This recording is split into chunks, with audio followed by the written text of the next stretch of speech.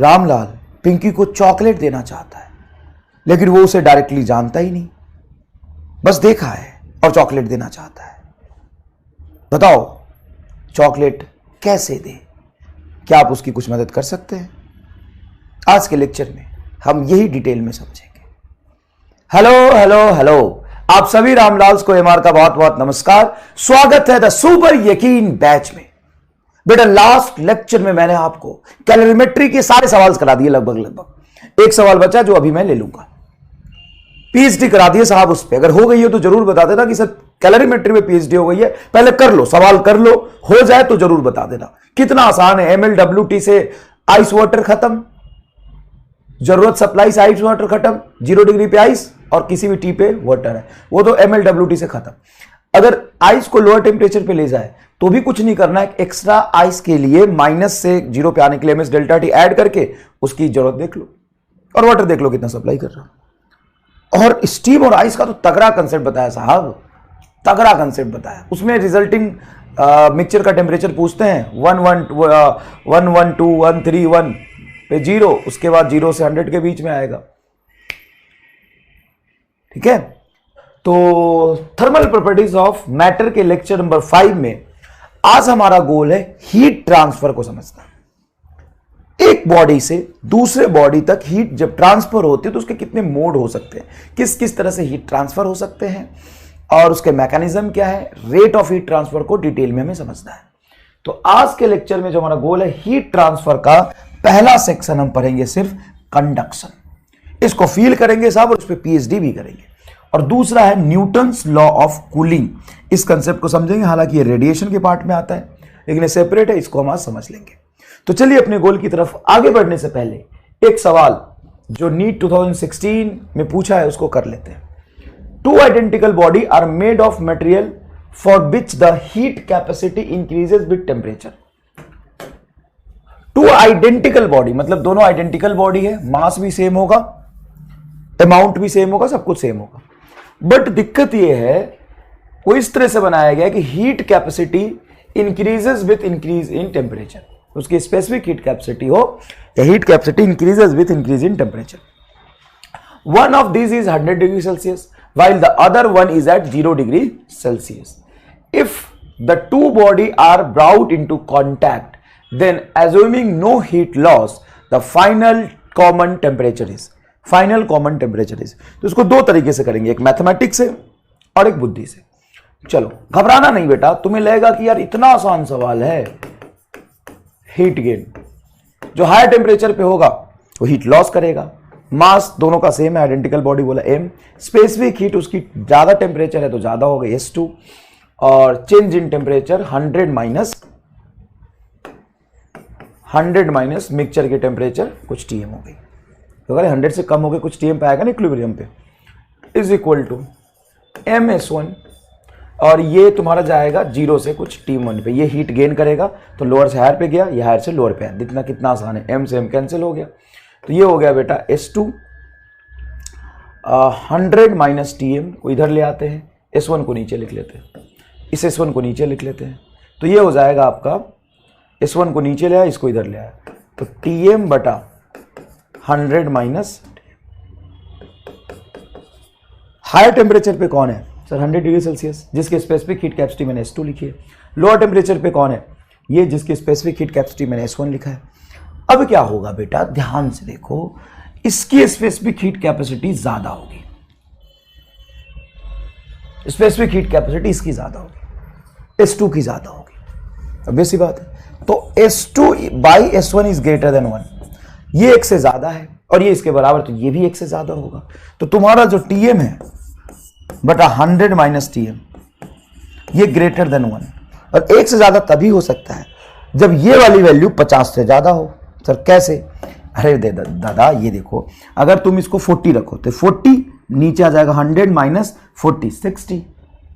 Example से देखो, मान लो इसको तूने 10 लिया तो 10 बटा 90, एक से तो कम आ गया ना। इसको 20 लिया तो 20 बटा 100 माइनस 20 80, ये भी एक से कम है। 50 लोगे तो ऊपर 50, नीचे 50 माइनस 50 50, सॉरी 100 माइनस 50 50, ये TM है, तो 1:1 आएगा। एक से भी ज्यादा हो जाए इसके लिए जरूरी है कि TM 50 से ज्यादा हो, तो temperature of mixture is greater than 50 degree Celsius. अरे तभी ये रेशियो वैलिड होगा ना।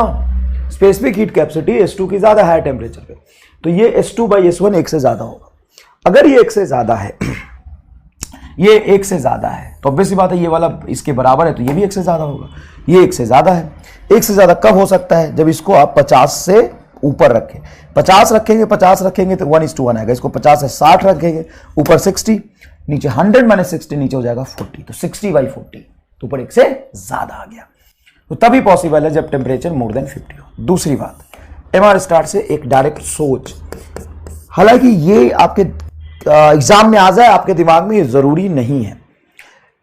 तो इसका ये मतलब नहीं है कि हम देखे भी नहीं, हम सीखे भी नहीं, हमारे अंदर नया नजरिया डेवलप भी ना हो। ये तो जरूरी है ना बेटा कि बाहर बैठ के हम प्रैक्टिस करें। ये नहीं आएगा, इस तरह के चीजें प्रैक्टिस करोगे तो कुछ और आ जाएगा दिमाग में, है ना। देखो कुछ और कंसेप्ट क्लिक करेगा। देखो ये सीखना जरूरी है।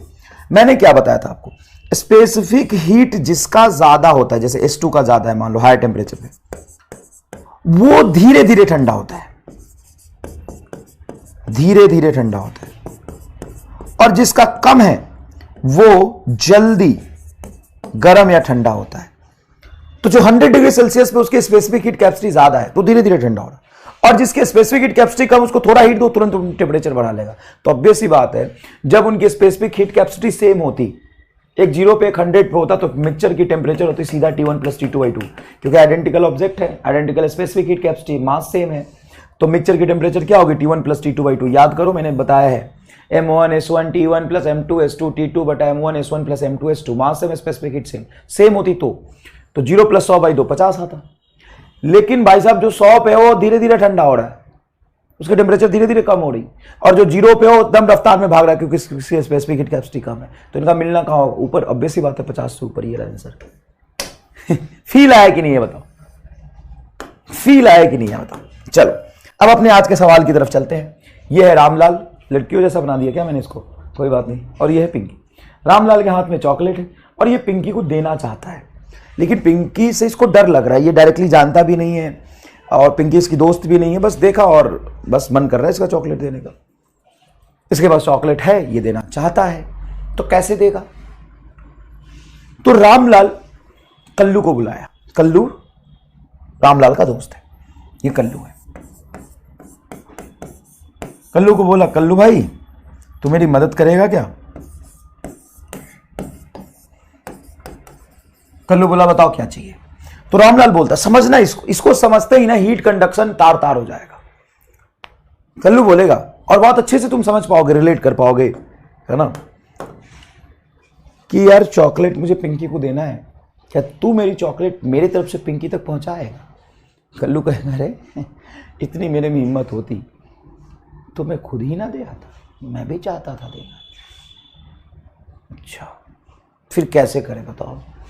तो एक काम कर, तुम्हें चॉकलेट देना है तो मुझे दे। मैं काम करता हूं, मेरा एक दोस्त है बाबू जलेला, मेरा एक दोस्त है बाबू जलेला, उससे पूछता हूं, उसके कॉन्टैक्ट्स बहुत हैं, वो लड़कियों के साथ ज्यादा रहता है, क्या पता कोई पिंकी उसकी दोस्त निकल आए, या कोई लड़की बाबू जलेला की दोस्त निकल जाए जो पिंकी की भी दोस्त हो। बाबू जलेला को बुलाया गया। बाबू जलेला, कल्लू और रामलाल बैठे। रामलाल बोलता, देखो यार ऐसा है कि मुझे पिंकी पसंद है और मैं उसे चॉकलेट देना चाहता हूँ, क्या तू मेरी तरफ से उसको दे के आएगा? बाबू जलेला कहते, यार मैं तो पिंकी को नहीं जानता हूँ, लेकिन मेरी एक दोस्त है बबीता, आज तुम्हें पता चलेगा बबीता कौन है। बबीता पिंकी की दोस्त है, बबीता पिंकी की दोस्त है।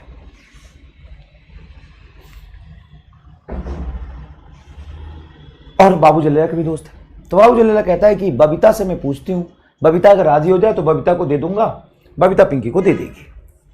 ऐसे ही होता है बेटा, कॉन्टैक्ट ऐसे निकलता है, डायरेक्टली नहीं निकलता। तो रामलाल ने चॉकलेट दिया कल्लू को और बोला कि तू बाबू जलेला को दे, तो बाबू जलेला ही तो बबीता को दे पाएगा। क्या कल्लू की औकात है बबीता से बात कर लेने की? कल्लू डायरेक्ट बबीता से बात कर नहीं सकता, और रामलाल डायरेक्ट बाबू जलेला से बात नहीं कर सकता। क्यों?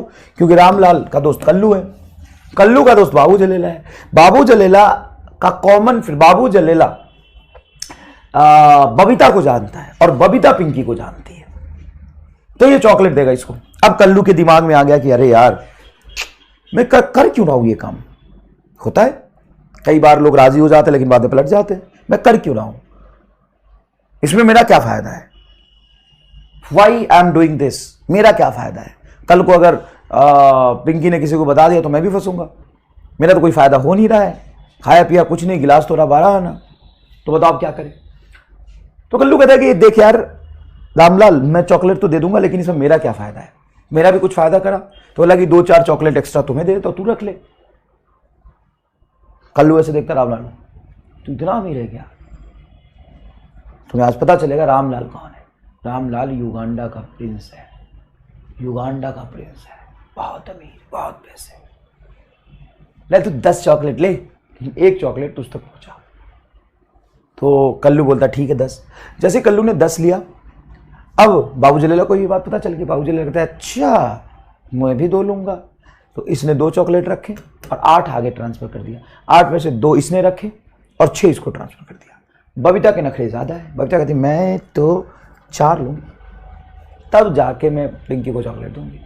तो 4 चॉकलेट बबीता ने रख ली, 2 इसने रख ली, 2 इसने रख ली, 8 चॉकलेट तो खत्म हो गया। और बबीता ने जाके पिंकी को 2 चॉकलेट दे दिया कि ले पिंकी तेरे लिए आया है, तेरे लिए चॉकलेट बाबू जलेला ने दिया है, लेकिन बाबू जलेला का दोस्त उसको कल्लू ने दिया था, लेकिन कल्लू का दोस्त रामलाल है जिसका चॉकलेट है। पिंकी चॉकलेट ले ली, पिंकी चॉकलेट ले ली। तो ये एक चॉकलेट का ट्रांसफर इस तरीके से हुआ है। इसी ट्रांसफर को हम कहते हैं कंडक्शन। कंडक्शन में ट्रांसफर करने के लिए कंटिन्यूअस मीडियम की जरूरत पड़ती है, जो ये सारे मीडियम्स है। इसमें अगर बाबू जलेला बीच में मना कर दे चॉकलेट देने से, एक भी गरी गायब हो जाए, तो क्या कल्लू बबीता को जानता है? नहीं, कल्लू तो बाबू जलेला को जानता है।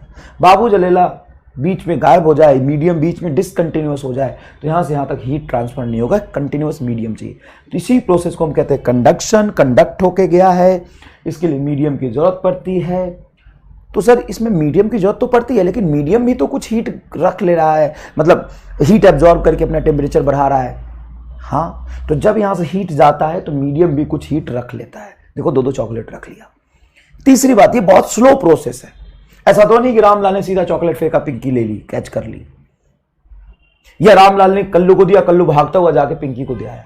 हाँ, पहले इसने इसको दिया, इसने इसको दिया, इसने इसको दिया। ठीक इसी तरीके से हीट ट्रांसफर होता है।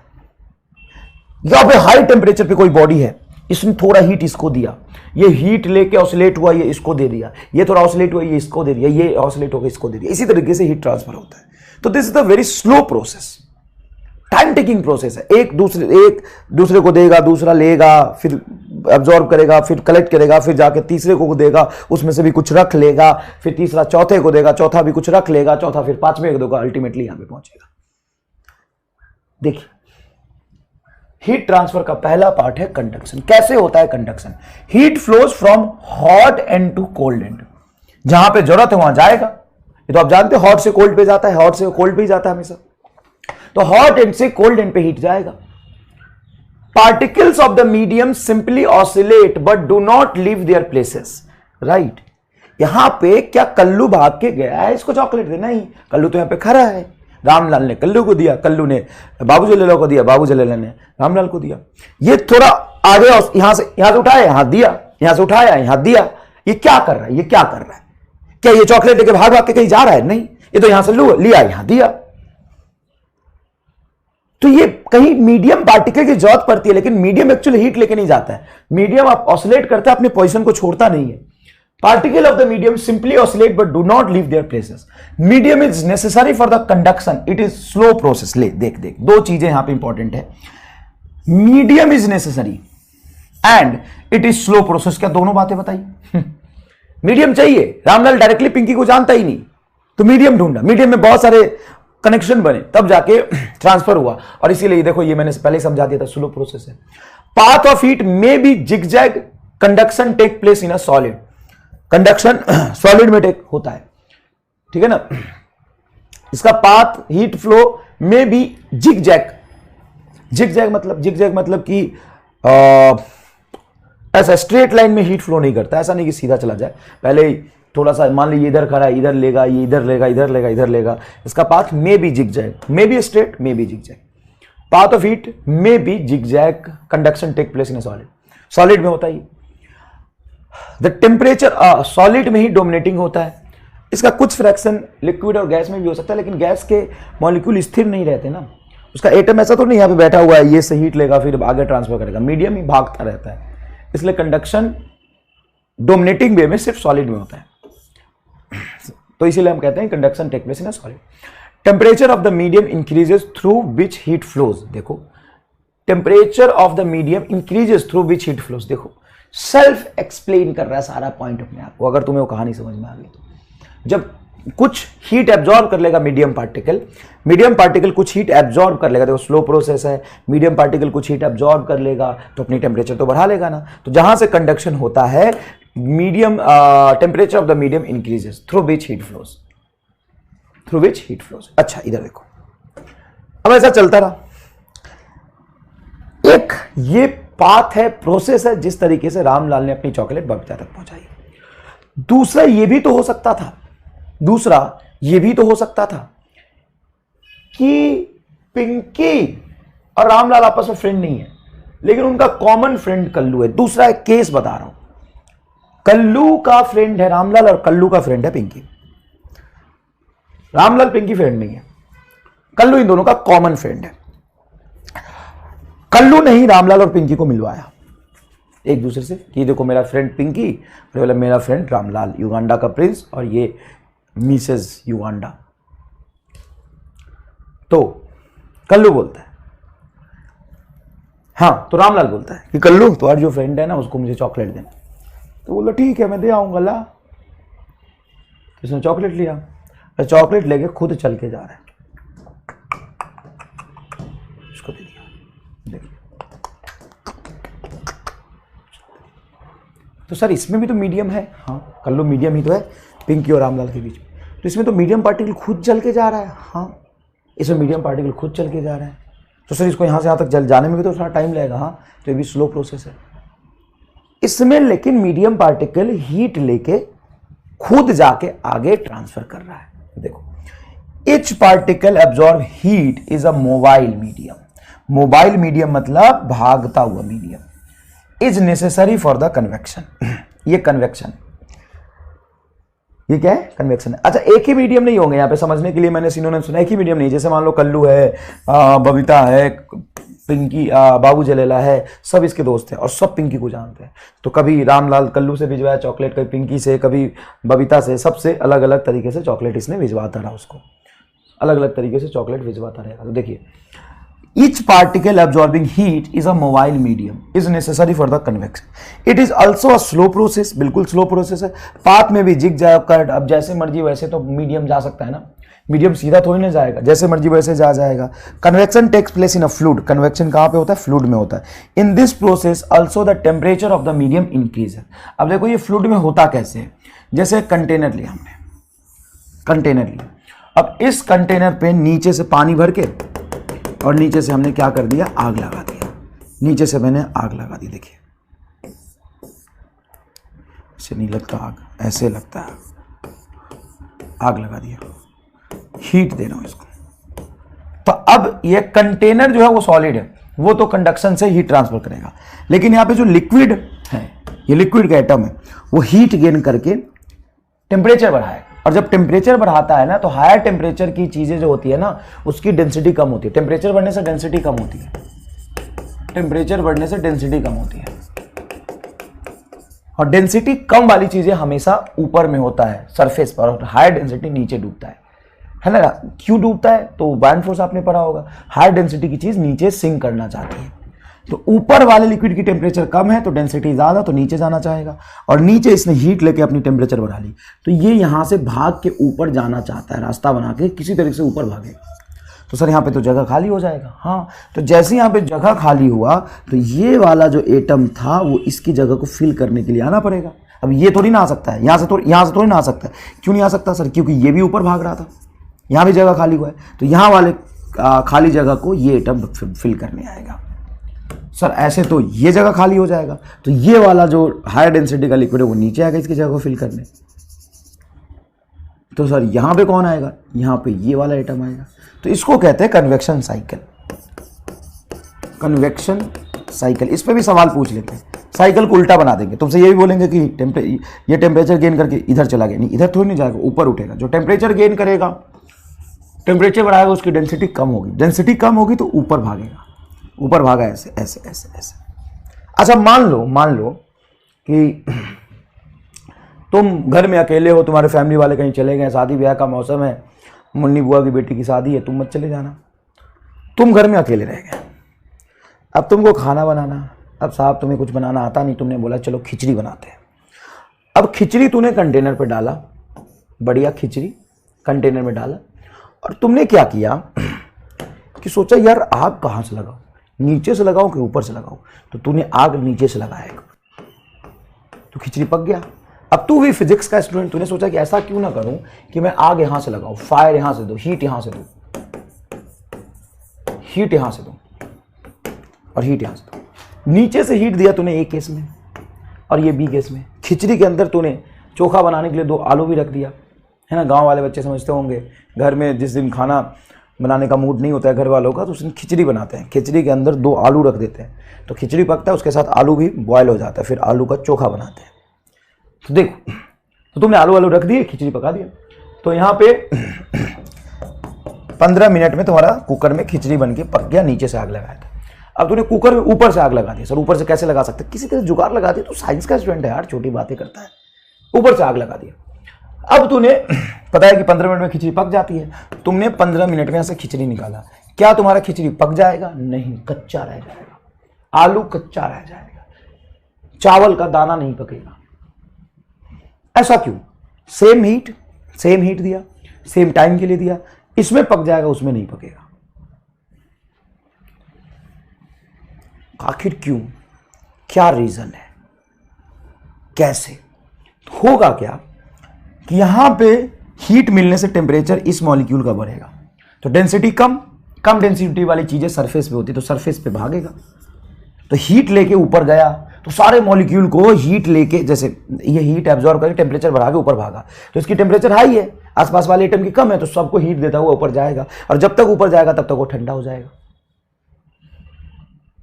हीट लिया, हीट लेके ऊपर भागा, ऊपर भागता जाएगा, टेम्परेचर इसकी कम होती जाएगी। फिर तब तक ये वाला एटम यहां आ चुका था, और ये वाला एटम जब यहां है तो यहां खाली जगह हो गया, ये वाला एटम यहां आ गया था, फिर ये वाला एटम ठंडा हो चुका है, तो फिर जाके इस जगह को फिल कर देगा, अब फिर ऊपर जो गया वो ठंडा हो गया, तो लगातार इस साइकिल चलता रहता है, गर्मी ऊपर पहुंचता रहता है। इसमें क्या होगा? हीट लेगा, हीट लेने से टेम्परेचर बढ़ेगी, तो डेंसिटी कम होगी, और कम डेंसिटी वाली चीजें सरफेस पे तो होती है, तो सरफेस पे रहेगी। सर तो धोखा हो गया, इसका मतलब कन्वेक्शन साइकिल इसमें बनेगा नहीं बनेगा। ये एटम यहीं पे रहेगा अपना टेम्परेचर गर्म करके, टेम्परेचर बढ़ा के, फिर ये एटम थोड़ा हीट इसको देगा कंडक्शन से, तो सिर्फ यहां पे कंडक्शन होगा, कन्वेक्शन हो ही नहीं पाएगा। देखो, नीचे से आग लगाने से जब उसकी टेम्परेचर हीट लेके टेम्परेचर बढ़ा, नीचे से आग लगाएंगे तो हीट लेके टेम्परेचर बढ़ाएगा, जैसे ही टेम्परेचर बढ़ाता है तो डेंसिटी कम हो जाती है, और कम डेंसिटी की चीजें ऊपर फ्लोट करती है, तो यहां से एटम भाग के ऊपर जाएगा, कम डेंसिटी की चीजें ऊपर फ्लोट करती है, तो इसीलिए ऊपर भाग के जाएगा। लेकिन ऊपर से आग लगाओगे तो कम डेंसिटी की चीजें ऊपर रहती है, तो ऊपर आराम से रहेगा। ऊपर क्या होगा बोलो? आराम से रहेगा, कोई दिक्कत ही नहीं है, समझ में आया कि नहीं आया? तो इसीलिए हम ऊपर से आग लगाएंगे, हीट में कन्वेक्शन साइकिल नहीं बन पाएगा। तो कन्वेक्शन में ग्रेविटी का बहुत रोल है, ग्रेविटी की वजह से ही तो बाउंड फोर्स एग्जिस्ट करता है। ग्रेविटी फ्री स्पेस में बाउंड फोर्स थोड़ी ना होगा बेटा, डिस्प्लेस लिक्विड के वेट के बराबर है, वेट तो ग्रेविटी की वजह से आता है ना, जी इफेक्टिव होता है बाउंड फोर्स में, रो भी जी। तो कन्वेक्शन में ग्रेविटी का बहुत इंपॉर्टेंट रोल है। इसको डिटेल में और हम समझेंगे, कन्वेक्शन के कुछ थ्योरेटिकल पॉइंट्स है वो भी हम समझेंगे। अब तीसरा केस है, बहुत दिन तक ऐसे चलता रहा। कब तक रामलाल दूर दूर से चॉकलेट देता रहेगा? जब पिंकी चॉकलेट ले ही रही है तो क्या जरूरत है इनसे पहुंचाने का? एक दिन रामलाल खुद ही हिम्मत करके, पास नहीं जाएगा तो हिम्मत करके क्या कर लेगा? पास नहीं जाएगा, अभी भी दूर है।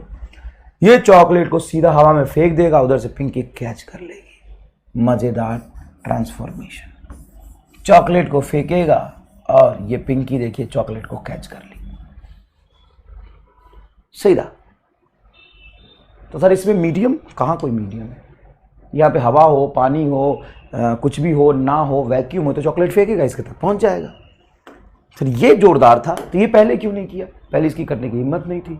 अब पता चल गया कि पिंकी चॉकलेट ले रही है तो सीधा फेंक दिया, कल को पास आ जाएगा। लेकिन पास आने वाली कहानी हमें नहीं पढ़नी, हमें यहीं तक पढ़ना है। यहाँ तक क्या पढ़ना है कि बिना मीडियम के भी हीट ट्रांसफर हो सकता था। ये फास्ट प्रोसेस है, सीधा फेंक दिया, किसी चीज को देने होने की जरूरत नहीं, सीधा फेंक दिया, उसके पास पहुंच गई। फास्ट प्रोसेस है और इसी फास्ट प्रोसेस का नाम है रेडिएशन। इसी फास्ट प्रोसेस का नाम है radiation. Heat flows without any intervening medium in the form of electromagnetic wave. Heat is also a form of electromagnetic wave. तो ईएम वेव के फॉर्म में हीट ट्रांसफर होगा और ईएम वेव को किसी मीडियम की जरूरत नहीं चाहिए, नहीं पड़ती है। Heat flows without any intervening medium in the form of electromagnetic wave. Medium is not necessary for radiation. पहले था conduction, convection, फिर radiation. Not necessary for the radiation. It is a very fast process. Path is straight line. सीधा heat जाएगा ना, इधर उधर क्यों घूमेगा? सर आपने ऐसे फेंका था प्रोजेक्टाइल की तरफ, समझाने के लिए था दादा। Radiation take place in a gaseous and transparent medium. ठीक है। There is a no change in the temperature of the medium. ठीक है, क्योंकि मीडियम की जरूरत ही नहीं थी, मीडियम से मतलब ही नहीं है, मीडियम को थोड़ी ना चॉकलेट देगा, तो सीधा यहां से वहां तक फेंकेगा। तो मेरा पहला गोल ये था कि मैं आपको हीट ट्रांसफर का एकदम फील दिला दूं। पहला तरीका है कंडक्शन, जिसमें मीडियम की जरूरत पड़ती है। मीडियम हीट लेता है लेकिन आगे नहीं भाग के जाता है, दूसरे मीडियम पार्टिकल को देता है, दूसरा तीसरे को देखता है, ऑसिलेट करता है लेकिन आगे नहीं जाता है। ये बहुत स्लो प्रोसेस है और इसमें मीडियम का भी टेम्परेचर बढ़ जाता है। ये convection is a very slow process also. इसमें एक एटम हीट लेके खुद ही भागता हुआ आगे जाता है, सबका टेम्परेचर बढ़ा देता है। तो इसमें मीडियम पार्टिकल खुद मोबाइल होता है। इसमें भी मीडियम हीट लेके गर्म हो जाते हैं। ठीक है, इसमें ग्रेविटी का बहुत इंपॉर्टेंट रोल है। ग्रेविटी अफेक्ट्स या plays major role in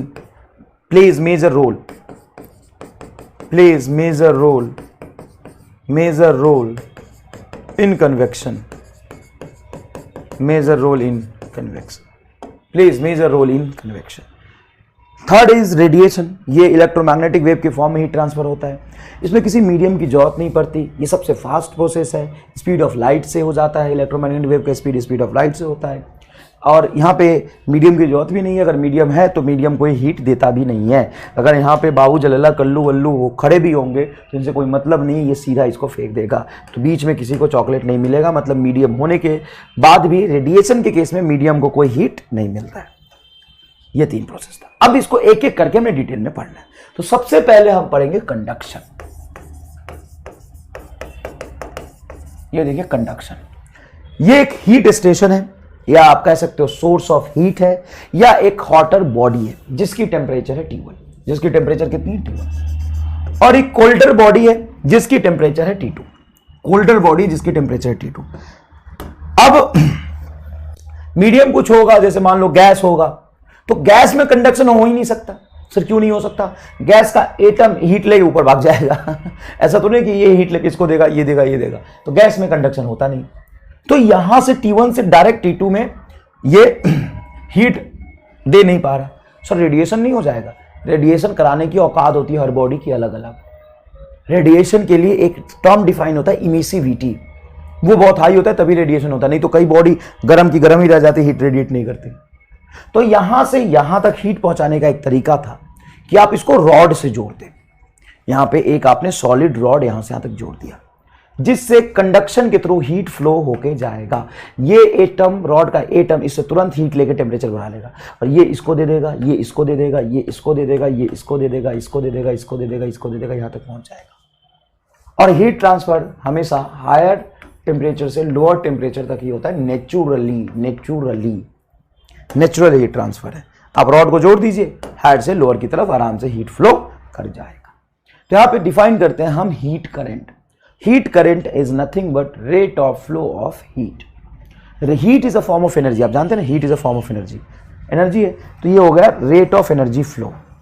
rate of energy flow को हम पावर से भी डिफाइन कर सकते हैं। रेट मतलब rate of flow D Q by D T, flow with respect to time. देख, heat flows from one body to other body through conduction per unit time is rate of heat flow is D Q by D T. D Q by D T को हम heat current कहते हैं। Heat current का unit क्या होगा? Heat current का unit what होगा। क्यों? क्योंकि एनर्जी अपॉन टाइम वॉट होता है। जिस तरीके से यहां पे देखिए, जिस तरीके से इस रेसिस्टेंस में करंट फ्लो करता है पोटेंशियल डिफरेंस की वजह से, मान लीजिए इस पॉइंट और इस पॉइंट के बीच में पोटेंशियल डिफरेंस है डेल्टा वी, तो यहां पे करंट फ्लो करेगा पोटेंशियल डिफरेंस बटा रेसिस्टेंस के इक्वल। क्या ये आप जानते हैं? हाँ, यहां पे करंट फ्लो करेगा, लेकिन कौन सा? Heat current, rate of heat flow D Q by D T, इसको एच का नाम दिया है, वो टेम्परेचर डिफरेंस के प्रोपोर्शनल होगा। मान लो यहां पे टेम्परेचर है 500 केल्विन, बहुत ज्यादा, और यहां भी है 500 केल्विन, तो कोई भी हीट करंट फ्लो नहीं करेगा। हीट करंट फ्लो ही नहीं करेगा, कंडक्शन होगा ही नहीं। कंडक्शन के लिए पहले चाहिए किसी सॉलिड के थ्रू कंडक्शन हो, मतलब करंट फ्लो करे, हीट करंट फ्लो करे, तो हीट जा रहा, उसके लिए जरूरी है टेम्परेचर डिफरेंस। हायर हॉटर से लोअर कोलर बॉडी तक टेम्परेचर हीट फ्लो करता है। यहां पे मान लो 50 वोल्ट है, यहां भी 50 वोल्ट है, तो कोई भी करंट फ्लो नहीं करेगा। ठीक है। प्रेशर भी आपने पढ़ा था, जैसे पाइप है, पाइप में यहां पे प्रेशर है P1, यहां पे प्रेशर है P2, तो ये डेल्टा P के प्रोपोर्शनल होता है यहां पे rate of volume flow of water, जिसको आप कहते हैं एरिया इंटू वेलोसिटी का product, rate of volume flow. Exact formula यहां पे था डी क्यू का, पाई डेल्टा पी आर का पावर 4 बटा 8 ईटा एल। कोई बात नहीं, याद नहीं आया था अचानक से, लेकिन देख के तो याद आया गया होगा। यहां पे फ्लूइड रेसिस्टेंस भी हमने डिफाइन किया था 8 ईटा एल बटा पाई आर का पावर 4। उसी तरीके से यहां पे कितना हीट करंट फ्लो करेगा, मतलब एच का amount directly proportional to temperature difference होगा। T1 माइनस T2 मतलब डेल्टा टी के प्रोपोर्शनल होगा। Heat is proportional to temperature difference. अब मान लो कि एक कंडक्टर सॉलिड तुमने ये लगाया, दूसरा ये लगा, किससे ज्यादा हीट फ्लो करेगा? सर, जिसका एरिया ज्यादा है उसके ज्यादा एटम यहां से हीट गेन करके बगल वाले को ट्रांसफर करेंगे। मतलब heat current is also proportional to area of the solid, cross section area. अच्छा, एक रॉड ये लिया मैंने और एक रॉड ये लिया, किसमें जल्दी हीट ट्रांसफर हो जाएगा? सर, इसमें क्रॉस सेक्शन एरिया सेम है लेकिन लेंथ कम है, तो इसमें जल्दी ट्रांसफर होगा, तो हीट करंट इसमें ज्यादा होगा, इनवर्सली प्रोपोर्शनल टू लेंथ। तो ये तीन फॉर्मूले बन गए, temperature difference, cross section area और उनके लेंथ के इनवर्सली प्रोपोर्शनल। तीनों को जोड़ दोगे तो heat current is equal to आ जाएगा delta T A delta T बटा एल। ये आ गया, ये फॉर्मूला बन गया। क्या ये फॉर्मूला सही है? नहीं सर, थोड़ा गलत लग रहा है। क्या गलती है इसमें? मान लो एक तुमने वुड का सॉलिड लगा दिया, लकड़ी लगा दी, और एक लोहा लगा दिया, लोहे से तो धकाधक हीट ट्रांसफर होगा। मतलब इसके ज्योमेट्री तो हमने ले ली, हीट कितना ट्रांसफर होगा इसके ज्योमेट्री पे डिपेंड करेगा। ज्योमेट्री तो हमने ले लिया, लेंथ और एरिया, लेंथ ज्यादा तो हीट कम, एरिया ज्यादा तो हीट ट्रांसफर ज्यादा, टेम्परेचर डिफरेंस ज्यादा तो हीट ट्रांसफर ज्यादा। लेकिन एक चीज है जो इस क्रिस्टल के नेचर को बता रहा, उस नेचर पे भी डिपेंड करेगा हीट फ्लो, और उस नेचर को हम यहां पे तीनों ही प्रोपोर्शनल साइन का प्रोपोर्शनल कांस्टेंट कहते हैं के होता है आपका thermal conductivity. Sorry, thermal conductivity के। तो एक्चुअल फॉर्मूला आपका हीट करंट का rate of heat flow D Q by D T आया है के ए डेल्टा टी बटा एल। मैंने आपको पूरा एक एक टर्म का फील दिलाया, मैंने ऐसे कुछ भी नहीं लिखा, एक एक टर्म का मैंने फील दिलाया कि यही क्यों आया है, एरिया ऊपर ही क्यों आया है, लेंथ नीचे ही क्यों आया है। तो सर, उस हीट करंट का और इस करंट का अगर मैं कंपेयर करूं तो इधर डेल्टा टी है टेम्परेचर डिफरेंस, और इधर डेल्टा भी है पोटेंशियल डिफरेंस। तो बाकी टर्म को मैं रेसिस्टेंस बोल सकता हूं। हाँ, आप थर्मल रेसिस्टेंस बोल सकते हैं। थर्मल रेसिस्टेंस, किसी भी सॉलिड का जो थर्मल रेसिस्टेंस होता है वो कितना होता है?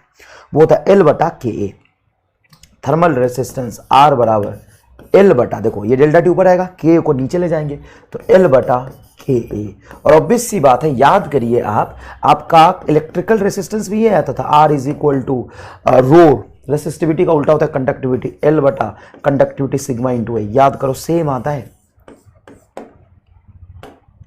आगे मैं आपको समझाऊंगा, एक बेंजामिन फ्रेंकलिन लॉ है जो कहता है कि जिसकी थर्मल कंडक्टिविटी ज़्यादा होती है उसकी इलेक्ट्रिकल कंडक्टिविटी भी ज़्यादा होती है। जिसमें हीट फ्लो कराना आसान है उसमें करंट फ्लो कराना भी आसान है। देखिए यहाँ पे ध्यान से, ये है thermal resistance R is equal to L बटा के। देखो ये R बराबर L बटा A इंटू सिग्मा। समझ में आया कि नहीं आया? तो आगे देखते हैं। तो rate of heat flow dQ by dt is equal to H क्या है? KA डेल्टा T बटा L। इसमें L है आपका सॉलिड का लेंथ डबल करने से हीट फ्लो आधी हो जाती है। इस पूरे टर्म को आप ऐसे लिख सकते हैं delta T by R thermal resistance, जहां पे रेसिस्टेंस की वैल्यू होगी डेल्टा T बटा ये T, इसको नीचे ले आओ तो L पहले से नीचे, K नीचे आ जाएगा बटा K इस रेसिस्टेंस की वैल्यू है। तो आप यहां से कह सकते हैं, अगर थर्मल रेसिस्टेंस पे चर्चा करें और आप थर्मल रेसिस्टेंस और चर्चा करना चाहें तो आप कह सकते हैं कि thermal resistance is inversely proportional to the area. Thermal resistance is inversely proportional to the conductivity. Thermal resistance is directly proportional to the length. तो इस पे भी डायरेक्ट सवाल पूछ लेते हैं कि लेंथ को डबल किया तो थर्मल रेसिस्टेंस क्या हो जाएगा? डबल। एरिया को डबल किया तो थर्मल रेसिस्टेंस आधा हो जाएगा, और थर्मल रेसिस्टेंस आधा हो जाएगा तभी तो हीट फ्लो ज़्यादा होगा, और एरिया ज़्यादा होने से हीट फ्लो ज़्यादा ही होता है। हीट फ्लो ज़्यादा ही होता है। कितना सिस्टमेटिक और ब्यूटीफुली एक्सप्लेन्ड है ये। अब तुमसे सबसे जो कॉमन सवाल है कंडक्शन में वो ये पूछते हैं कि मान लीजिए कि एक सॉलिड कंडक्टर लिया जिसका टोटल लेंथ देखिए L है, क्रॉस सेक्शन एरिया A है, कंडक्टिविटी K है, दोनों एंड पे टेम्परेचर T1 एंड T2 है, T1 एंड T2 है। तो हॉटर एंड से या कूलर एंड से किसी भी x डिस्टेंस पे, जैसे यहां से x डिस्टेंस पे बताइए टेम्परेचर कितना होगा? Temperature at x। तो आप यहां पे डायरेक्टली इसको मत पढ़िए, करंट इलेक्ट्रिसिटी के सिनोनिम से पढ़िए, उसके साथ सिमेट्रिक होता है। बताइए क्या एक रेसिस्टेंस में ऐसा बनाता हूं और इसको मैं बैटरी से जोड़ देता हूं, किस पॉइंट पे इलेक्ट्रिकल करंट ज्यादा होगा, ए पे या बी पे? तो आपको पता है चाहे सीरीज कॉम्बिनेशन हो, चाहे कितने भी वेरिएबल क्रॉस सेक्शन एरिया का क्रिस्टल हो, करंट दोनों जगह पे सेम ही डिफाइंड होगा। आप यहाँ पे करोगे करंट एट ए बराबर current at B, current same flow करता है। सीरीज कॉम्बिनेशन में करंट सेम फ्लो करता है। एक crystal variable cross section area का ले लेंगे, उसमें भी करंट सेम ही फ्लो करेगा, सेम ही करंट फ्लो करेगा। तो करंट तो सेम फ्लो करेगा, जितना करंट ए पे होगा उतना ही करंट बी पे होगा। यहां भी इस पॉइंट पे करंट, इस पॉइंट पे करंट, इस पॉइंट पे करंट, इस पॉइंट पे करंट की वैल्यू सेम होगी।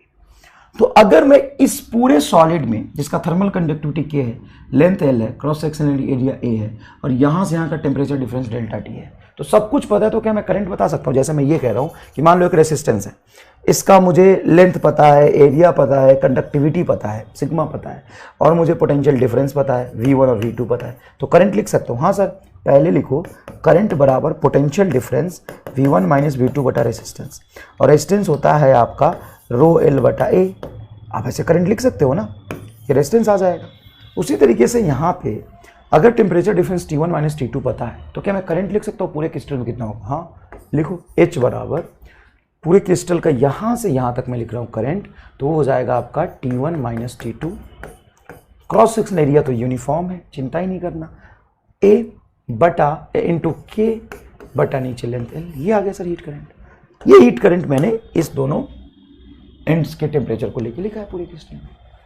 अब मैं मान लूं कि यहां का टेम्परेचर Tx है, क्रॉस सेक्शन एरिया A ही है, यहां से यहां का लेंथ हमें दिख रहा है x है, तो यहां पे हीट करंट हम लिख सकते हैं। चलो लिखते हैं। तो यहां पे हीट करंट लिखेंगे तो इसका cross section area A, thermal conductivity K, thermal conductivity K, cross section area A, ठीक है, temperature difference T minus T X, T1 minus T X. ये कैसे लिया? हायर टेम्परेचर से लोअर टेम्परेचर की तरफ हीट फ्लो करता है। Heat flows from higher to lower, इसको लिख लो, कलम से लिख लो, heat flows from higher to lower temperature. तो ये हायर टेम्परेचर, ये लोअर टेम्परेचर, इधर जा रहा, तो जितना हीट इसके बीच आया है उतना ही हीट तो इसके बीच आएगा। तो यहाँ से यहाँ जब हीट फ्लो करेगा तो T2 माइनस टी एक्स बटा L, सही है एकदम। तो सर यहाँ से बहुत सारी चीज़ें कैंसिल हो जाएगी, लेंथ से लेंथ कैंसिल होगी, एक से एक कैंसिल होगा, सॉरी, इन दोनों के बीच में लेंथ तो सिर्फ x है, तो ये दोनों टर्म आपका कैंसिल होगा, बस ये रह जाएगा। तो ये बनेगा आपका T1 माइनस T2 बटा L is equal to T1 minus TX बटा X। ठीक है साहब, x को इस तरफ ले आओ, x लेंथ में हमें देखना था अगर, तो अगर मैं x को इस तरफ ले आऊं तो टर्म बन जाएगा आपका TX, ये TX sir T1 minus TX लिखो, चलो ठीक है, x को इधर लाओ, बस उधर T1 माइनस TX रहने दिया, तो x को इधर लाऊंगा तो ये हो जाएगा T1 माइनस T2 x बटा L। अब देखना नेक्स्ट टर्म में क्या लिखा, मुझे तो TX की वैल्यू चाहिए ना, तो मैं इस TX को उधर ले जा रहा हूं, बाकी सारे टर्म को इधर लाता हूं, तो TX इज इक्वल टू, इस TX को माइनस में उधर लेगा तो प्लस हो जाएगा, ये इधर माइनस आएगा, T1 माइनस ये वाला term T1 minus T2 x बटा L ये आएगा। सर इसको याद रखना तो बहुत ही मुश्किल है, तो सबसे पहले बताओ हायर टेम्परेचर कौन सा था, यहाँ पे हायर टेम्परेचर कौन सा है, सर हायर टेम्परेचर है T1, और जैसे जैसे आगे जाएंगे टेम्परेचर कम होता जाएगा, ये T2। तो किसी भी x लेंथ पे जब आप टेम्परेचर लिखेंगे TX, तो ऑब्वियस सी बात है कि जो हायर है उसको पहले लिखो, अगर आप T2 लिख दोगे तो बाद वाला टर्म तो कम होके निगेटिव में आ जाएगा, बाद वाला टर्म ज़्यादा होगा निगेटिव में आ जाएगा, तो जो ज़्यादा है उसको पहले लिखो, माइनस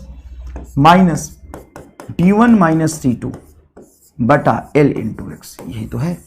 डायमेंशन भी तो मैच करना चाहिए, लेंथ आना भी चाहिए, क्योंकि x लेंथ पे निकाले हो, जैसे से आगे जाओगे टेम्परेचर कम होता जाएगा, तो लेंथ पे डिपेंडेंसी आनी चाहिए थी, लेकिन लेंथ का डिपेंडेंसी उधर लिखोगे x, तो पक्की बात है कि डायमेंशन भी मैच करना चाहिए, तो टेम्परेचर इधर टेम्परेचर आने के लिए x बाई L हो जाएगा। तो सबसे पहले किसी भी फॉर्मूले का होता है बेटा डायमेंशन, ये आपका MR स्टार है। दूसरा MR स्टार मैं आपको बता दूं, अगर एग्जाम में ये आ गया तो आपको उसको ड्राइव नहीं करना, आपको बुद्धि लगाना और सीधा आंसर आपके हाथ में होगा। कैसे, एक बात बताओ, x यहां से मेजर कर रहा था क्या, हाँ, अगर मैं बोलूं x की वैल्यू 0 है, मतलब यहां पे पहुंच जाऊं, तो बताओ टेम्परेचर कितना होना चाहिए x पे, सर T1 है, अगर आप x की वैल्यू 0 रखे हो तो यहीं पे पहुंच गए, यहाँ पे टेम्परेचर तो T1 है, तो x को 0 पुट करने से क्या टेम्परेचर T1 आ रहा है TX का, x को जैसे ही पुट करोगे ये मल्टीप्लाई में पूरा 0 हो जाएगा, ये टर्म खत्म, तो TX बराबर T1 आ गया, TX बराबर T1 आ गया। ये तो बहुत ही जोरदार था यार। अच्छा, तो अगर ऐसा है सर, तो मैं ये भी तो लगा सकता हूं, x बराबर अगर पूरा का पूरा L कर दिया तो, x बराबर अगर पूरा का पूरा L कर दिया तो, सर x बराबर L रख दोगे तो L से L क्या हो जाएगा, कैंसिल, तो आ जाएगा T1 माइनस T2, तो ये माइनस अंदर जाएगा तो ये माइनस, ये प्लस T2 आ जाएगा, और आना भी चाहिए x बराबर L पे, x बराबर L, x यहाँ से मेजर कर रहे हैं L पे जाएंगे तो टेम्परेचर क्या है T2 है, आना भी चाहिए। तो ये दो लॉजिक अगर तुम सही लगा लोगे ना, तो तुम्हें सही आंसर निकालने से कोई रोक ही नहीं सकता, चाहे तुम ऑप्शन कुछ भी बना लो, सही आंसर निकालने से तुम्हें कोई रोक ही नहीं पाएगा, चाहे ऑप्शन एग्जाम पे कुछ भी बना। अच्छा, अगर मैं इसका ग्राफ बनाऊं TX वर्सेस x का, तो कैसा ग्राफ बनेगा, सर TX वर्सेस x का ग्राफ बना रहा हूं, ये हो गया तुम्हारा y बराबर mx प्लस c से कंपेयर करो, तो सर यहाँ पे ध्यान से देखा जाए तो ये रहा आपका y के जगह पे आपने TX रख दिया y एक्सिस पे, ये हो गया तुम्हारा माइनस, ये हो गया तुम्हारा T1 minus T2 by L slope into x plus T1। इसी को मैंने दूसरे तरीके से लिखा है ना, दूसरे तरीके से क्या लिखा है, जो पॉजिटिव वाला टर्म था उसको पहले लिख लिया, नेगेटिव वाले टर्म को बाद में लिख लिया, तो T1 तो कांस्टेंट है, ये तुम्हारा स्लोप है कांस्टेंट, T1 माइनस T2 बटा L, ये तो स्लोप ही हो गया ना, टेम्परेचर डिफरेंस बटा लेंथ, टेम्परेचर ग्रेडियंट बोल सकते हैं इसको, देखो ना temperature difference T1 minus T2 बटा लेंथ, लेंथ इसको मैं टेम्परेचर ग्रेडियंट बोल सकता, तो ये तुम्हारा स्लोप हो गया, चेंज देखो टेम्परेचर और नीचे है लेंथ, तो ये तुम्हारा स्लोप हो गया जो निगेटिव है, स्लोप देखना क्या है, y बराबर mx प्लस सी, m के जगह पे ये पूरा है निगेटिव है, और इंटरसेप्ट प्लस T1, तो जैसे x 0 है तो टेम्परेचर T1 था, वैसे भी x को 0 रखें यहाँ पे तो टेम्परेचर क्या है T1, तो ये इंटरसेप्ट आ गया T1, और निगेटिव स्लोप के साथ ये ग्राफ बनेगा, इसको कट नहीं करेगा, क्योंकि एग्जैक्टली x बराबर L पे देखोगे तो टेम्परेचर तुम्हारा T2 आना चाहिए, तो निगेटिव स्लोप के साथ ये ग्राफ बनेगा, देख लो। अरे y बराबर mx प्लस सी, इसका जो m है वो बड़े भयंकर सा है पूरा, इसीलिए कंफ्यूज मत हो, ये m है पूरा, ये x देखो x एक्सिस पे, और y के जगह पे tx रखा है, ये T1 आपका कांस्टेंट हो गया, इंटरसेप्ट टेम्परेचर वाई एक्सिस पे प्लॉट किया तो टेम्परेचर ही तो उसका इंटरसेप्ट होगा, ये ग्राफ बनता है। तो घबराने की जरूरत नहीं है, सर मान लो लेकिन ये फॉर्मूला अगर हम भूल गए, इसमें बहुत सारा लेंथ डेटा आपने लिखा है, मान लो हम फॉर्मूला भूल गए तो हम किस तरीके से सॉल्व करेंगे? हीट करंट से। पूरे के लिए हीट करंट लिख लो और यहाँ से यहाँ तक हीट करंट लिख लो और बराबर कर दो, आंसर आ जाएगा। हीट करंट बेटा, हीट करंट यही सबसे मेन है। Next is series combination of conductor. एक कंडक्टर लिया जिसका cross section area A1, length है L1, दूसरे कंडक्टर के साथ उसको सीरीज में जोड़ दिया जिसका एरिया है A2, लेंथ है L2, यहाँ पे टेम्परेचर T2। तो इसमें बहुत सारे सवाल तुमसे पूछे जाएंगे। इसका थर्मल कंडक्टिविटी मान लेता हूँ, इसका है K1, इसका है K2, मजे ही आ जाएंगे। थर्मल कंडक्टिविटी दोनों का मैंने K1 K2 अलग ले लिया, तो इसका बोलोगे तो conductivity K1, area A1, length L1, इसका conductivity K2, area A2, length L2, इधर टेम्परेचर T1, इधर temperature T2, and to and दोनों को सीरीज में जोड़ दिया। तो सबसे पहला सवाल जो इसमें बनता है ना, वो बनता है कि इक्विवेलेंट रेसिस्टेंस बताओ क्या होगा। इक्विवेलेंट रेसिस्टेंस यहाँ पे निकाला मैंने, फाइंड आर इक्विवेलेंट। सबसे पहला सवाल फाइंड आर इक्विवेलेंट। तो देखो सब कुछ यहाँ पे करंट इलेक्ट्रिसिटी जैसा ही है, रेसिस्टेंस का फॉर्मूला भी वैसा ही है, और सीरीज कॉम्बिनेशन में ऐसे सोचना कि एंड टू एंड जोड़ने से लेंथ बढ़ जाता है, और लेंथ बढ़ जाएगा तो रेजिस्टेंस कम हो जाएगा। सॉरी एंड टू एंड जोड़ने से लेंथ बढ़ जाता है, लेंथ बढ़ने से रेजिस्टेंस बढ़ जाएगा। तो यहां भी थर्मल रेजिस्टेंस का है एडिशन सीरीज कॉम्बिनेशन में, ठीक वैसे ही होता है जैसा इलेक्ट्रिकल रेजिस्टेंस का होता है। इलेक्ट्रिकल रेजिस्टेंस होता है सिंपल R1 प्लस R2, तो यहां पे लिख लेंगे आप R1 प्लस R2। तो सर R1 की वैल्यू कितनी, ये रही ना, आपको लिखना आता तो है। तो R इक्विवेलेंट हो जाएगा L1 बटा K1 A1 प्लस L2 बटा K2 A2, ये रहा आपका R इक्विवेलेंट। तो बहुत आसान है सर। हाँ, अब तुमसे पूछेगा मान लो टोटल हीट करंट कितना हो। अगर तुम सीरीज कॉम्बिनेशन में टोटल आर इक्विवेलेंट निकाल चुके हो, जैसे मान लो ये है तुम्हारा 2 और ये है तुम्हारा 8, और इधर बैटरी जोड़ दिया 10 वोल्ट का, तो इसमें करंट कितना होगा sir? 10 volt potential difference, total resistance 10 बटा 10। उसी तरीके से सीरीज कॉम्बिनेशन में हीट करंट निकालने का जो अप्रोच होगा वो होगा total heat current is equal to total temperature difference बटा आर इक्विवेलेंट। और आर इक्विवेलेंट ये रहा, आर इक्विवेलेंट ये रहा, ये खत्म, दो काम हमने कर दिया। अब है तुम्हारा सेकंड वाला के इक्विवेलेंट कैसे निकालेंगे। के इक्विवेलेंट तो देखो जब सीरीज कॉम्बिनेशन में जोड़ोगे तो दोनों का मिला के के इक्विवेलेंट क्या होगा, इसके लिए बेटा यहां पे आपको एरिया सेम लेना ही पड़ेगा, एरिया सेम लेना पड़ेगा। क्यों सेम लेना पड़ेगा मैं बताता हूं। के इक्विवेलेंट का मतलब क्या होता है कि अगर दोनों को मिला के मैंने एक मान लिया, दोनों को मिला के मैंने एक मान लिया, एक सिंगल मान लिया, तो इसका लेंथ कितना हो जाएगा L1 प्लस L2, लेंथ हो जाएगा L1 प्लस L2। तो आप फॉर्मूला यहां पे लिखते हो R equivalent is equal to L1 K1 A1 plus L2 K2 A2।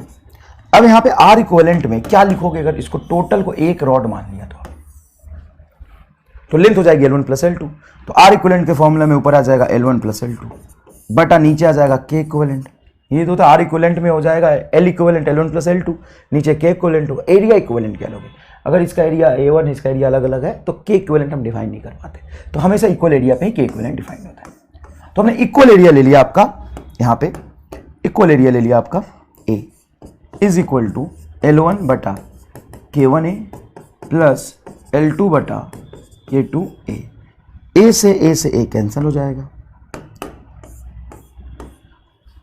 ठीक है। तो यहाँ पे जो K इक्विवेलेंट आएगा उसको ऊपर ले जाओ, इस वाले टर्म को नीचे लिख लो। तो बेटा देखो K इक्विवेलेंट आराम से देखना, उधर चला जाएगा, इधर बचेगा L1 plus L2 divided by L1 by K1 plus L2 by K2।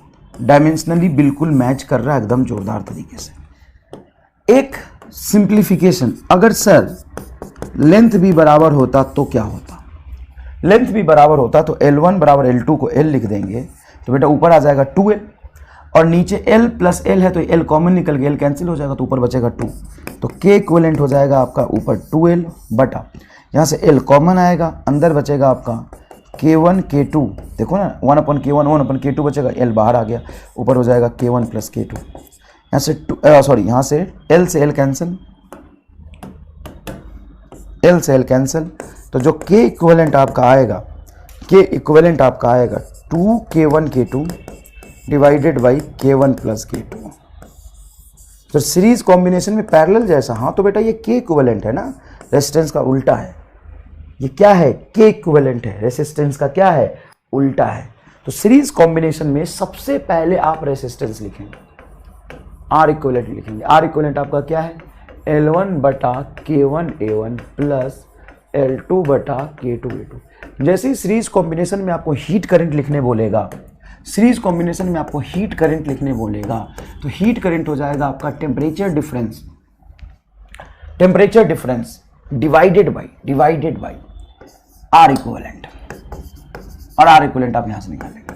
Sir K equivalent क्या होगा? तो K इक्विवेलेंट होगा बेटा L1 + L2 divided by L1/K1 plus L2/K2। अगर लेंथ सेम हुआ तो यही हो जाता है 2K1 K2 बटा K1 + K2। ये आ गया आंसर। ये सारी चीजें हो गई। अब एक चीज और पूछा है, temperature at mid point. Temperature at mid point, mid point पे टेम्परेचर क्या होगा? अब बताओ, क्या मिड पॉइंट पे या मिक्सचर का मिड पॉइंट पे, जब इक्विलिब्रियम पे हमने तुम्हें टेम्परेचर निकालना सिखाया था कैलोरीमेट्री में, बताओ तो क्या था? क्या था? को रिवाइज कर लोगे, तुम मत लिखना नोट्स में, मैं ऐसे रिवाइज कराने के लिए रफ के लिए बोल देता हूं। बताओ तो, टेम्परेचर ऑफ मिक्सचर, लिक्विड के मिक्सचर में क्या था?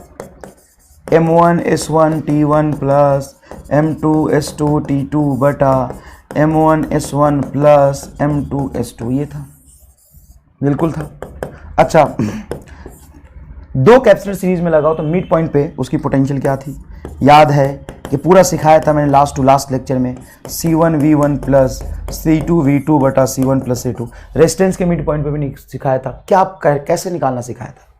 कैसे निकालना सिखाया था? देखो, जैसे मान लो ये दो तुम्हारा कंडक्टर है, ये दो तुम्हारा कंडक्टर है, यहाँ पे टेम्परेचर है T1, यहाँ पे टेम्परेचर है T2, इसकी conductivity K2, area A2, length L2, ये K1 A1 L1। यहाँ पे तुमसे मिड पॉइंट पे टेम्परेचर पूछा है, कैसे उठाओगे? सर दोनों कंडक्टर में सेम क्या होगा ये बता दो बस। दोनों कंडक्टर में सेम क्या होगा? Heat current. तो हीट करंट क्या होता है? Ka डेल्टा T बटा L, ये होता है हीट करंट। ये सेम रहेगा, तो जो सेम रहेगा उसी का पैटर्न लिख दो। तो पहले के लिए क्या है? तो ये है आपका K1 A1 T1 बटा L1, ये तो लिखो KAT/L। दूसरे के लिए लिख दो K2 A2 T2 बटा L2 इज इक्वल टू हो जाएगा temperature at mid point. Sir ये टेम्परेचर का डायमेंशन ही, डायमेंशन तो बैठ रहा KAT/L, उधर बैठ रहा KAT/L। तो डायमेंशन मैच कराने के लिए नीचे किस टर्म से डिवाइड करोगे सिस्टमैटिकली, जो दिखने में भी ठीक हो, डायमेंशन भी मैच कर जाए? सर नीचे आ जाएगा आपका K1 A1 बटा L1 प्लस K2 A2 बटा L2। आज तक जेई में भी शायद ही पूछा होगा, नीट में तो इतने भयंकर फॉर्मूले पे सवाल नहीं पूछा है कि उनको लगता है ये बच्चा याद नहीं रख पाएगा। तू बता, तू इसको याद रख पाएगा कि नहीं रख पाएगा? ईमानदारी से बता। सर इसको ड्राइव कर दो, ड्राइव कर दूंगा मैं तेरे लिए, कोई दिक्कत नहीं। हीट करंट सेम होता है, तो यहाँ से यहाँ तक हीट करंट बोलो, यहाँ से यहाँ तक हीट करंट बोलो। तो देखो, higher temperature T1 minus T mid, conductivity K1, area A1 बटा L1, ये आ जाएगा। और जितना हीट करंट यहाँ में हुआ है, इसमें हीट करंट उतना ही होगा, इज इक्वल टू यहाँ पे हायर टेम्परेचर हो जाएगा तेरा T mid minus T2 into K2 A2 बटा L2। अब यहाँ से T1 K1 A1 L1 हो जाएगा, minus T mid K1 L1 A1 हो जाएगा, T mid K2 A2 L2 हो जाएगा, minus T2 K2 L2 L2 हो जाएगा। T मिड वाले टर्म्स को एक तरफ ले जाओ, T मिड कॉमन निकाल लो, तो K1 A1/L1, देखो T मिड कॉमन निकालो तो K1 A1/L1 प्लस यहाँ पर T मिड कॉमन निकालो K2 A2/L2, देखो K1 A1/L1 K2 A2/L2। लेकिन डायरेक्टली लॉजिकली देखो तो फॉर्मूला तुम्हारे दिमाग में छप गया। किसी को ड्राइव करना है तो ये रहा डेरिवेशन के लिए, फॉर डेरिवेशन ओनली। नहीं तो आंसर क्या आएगा ये मैं बता चुका हूँ, ऐसे मिटा दो। आंसर क्या होगा वो तुम्हें निकालना आ गया, आंसर क्या होगा वो तुम्हें निकालना आ गया। बताओ आंसर क्या होगा? सर बहुत आसान है, मिड पॉइंट पे टेम्परेचर जब पूछे तो हम लिखेंगे A1 K1 T1 by L1 A2 K2 T2 by L2 बटा A1 K1 L1 plus A2 K2 L2। तुम्हें नहीं लगना ये मजदूरी है? बस बुद्धि अगर एक बार समझ आ जाए तो आंख बंद करके भी इसको आसानी से लिखा जा सकता है, कोई खास बात नहीं। अब साहब आता है कि जो मिड पॉइंट पे अपन ने टेम्परेचर निकाला है, सबसे पहला अप्रोक्सीमेशन जो हमेशा सवाल में होता है कि रॉड का लेंथ सेम लेते हैं। अगर रॉड का लेंथ सेम ले तो यहां से L1 L2 बराबर बाहर आ जाएगा 1/L और यहां से भी L1 L2 बराबर बाहर आ जाएगा 1/L। L से L हो जाएगा आपका कैंसिल। तो बचेगा क्या? बचेगा आपका A1 K1 T1 plus A2 K2 T2 बटा A1 K1 plus A2 K2। दूसरा अप्रोक्सीमेशन, इफ L1 बराबर L2 एंड A1 बराबर A2, या ये दोनों चीज ना लिख के डायरेक्टली ऐसा लिखा रहता है both have identical dimension, both rod of same dimension, both rod of same dimension, दोनों का डायमेंशन सेम है। अगर बेटा दोनों का डायमेंशन सेम है, दोनों रॉड का डायमेंशन क्या है? सेम है, तो यहां से एरिया बाहर आएगा, यहां से भी एरिया बाहर आएगा। A1 A2 बराबर है A के, यहां से भी एरिया A2 कॉमन आ जाएगा तो कैंसिल हो जाएगा। तो टी मिड का फॉर्मूला, यहां से एरिया को आप बाहर निकाल लेंगे तो बनेगा K1 T1 plus K2 T2 बटा K1 प्लस K2। अगर आप कहते हो मटेरियल भी सेम है, K1 बराबर K2, इफ K1 बराबर K2 तो टी मिड क्या आ जाए? टी मिड आएगा फिर simple T1 plus T2 by 2, T1 plus T2 by 2, ये आंसर आ जाएगा। पूरा फील आया कि नहीं आया आपको सीरीज कॉम्बिनेशन का और कंडक्टिविटी का? याद रखिएगा सीरीज कॉम्बिनेशन में R इक्विवेलेंट ही आपका मेन है। हीट करंट पूछेगा, टोटल टेम्परेचर डिफरेंस बटा R इक्विवेलेंट कर देंगे, टोटल टेम्परेचर डिफरेंस बटा R इक्विवेलेंट कर देंगे। फील आ गया? चलिए सवाल देख लेते हैं। 3 rod made of the same material, देखो सेम मटेरियल मतलब K से, and having the same cross section have join as shown in a figure. Each rod is of the same length. The left and right end are kept at 0 degree Celsius and 90 respectively. The temperature of the junction of the 3 rods will be.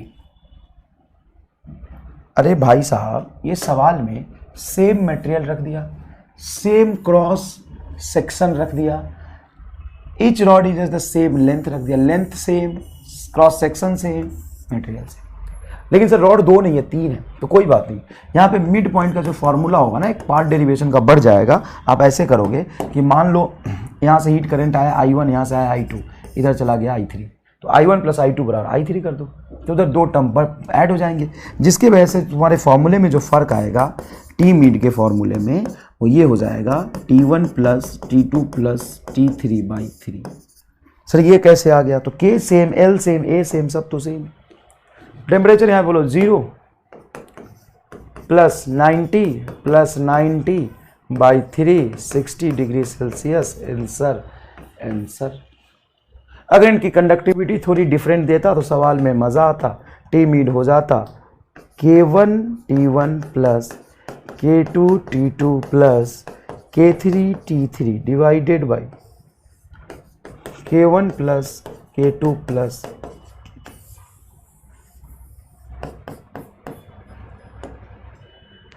Find temperature of the junction. देखिए different thermal conductivity का rod है।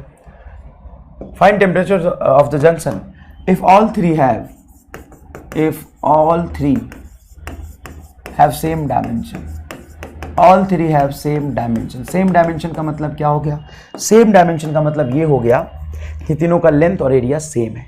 Length और area same है तो इस point का जो temperature होगा टी मिड, उसका फॉर्मूला होगा, इसको 1 मानते हो तो k multiply 0 plus 3k multiply 100 plus 2k multiply 50, मतलब 100k, सही है, divided by k plus 2k plus 3k, है ना, तो ये हो जाएगा तुम्हारा 6k। 300 100 400k, 400K/6K। कंडक्टिविटी वाली K है और ऊपर ये कंडक्टिविटी K से K कैंसिल हो जाएगा, तो 400/6 हो जाएगा बेटा 200/3। 200/3 मतलब 66 डिग्री सेल्सियस। हाँ हो गया, आंसर आ गया।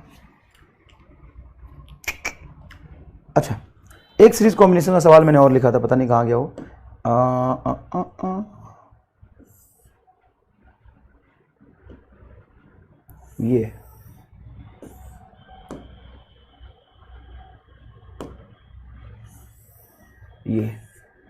ये सवाल कर लिया मैंने। ये देखना, यहां पे इंटेलिजेंटली मैंने 2-3 चीजें चेंज की है।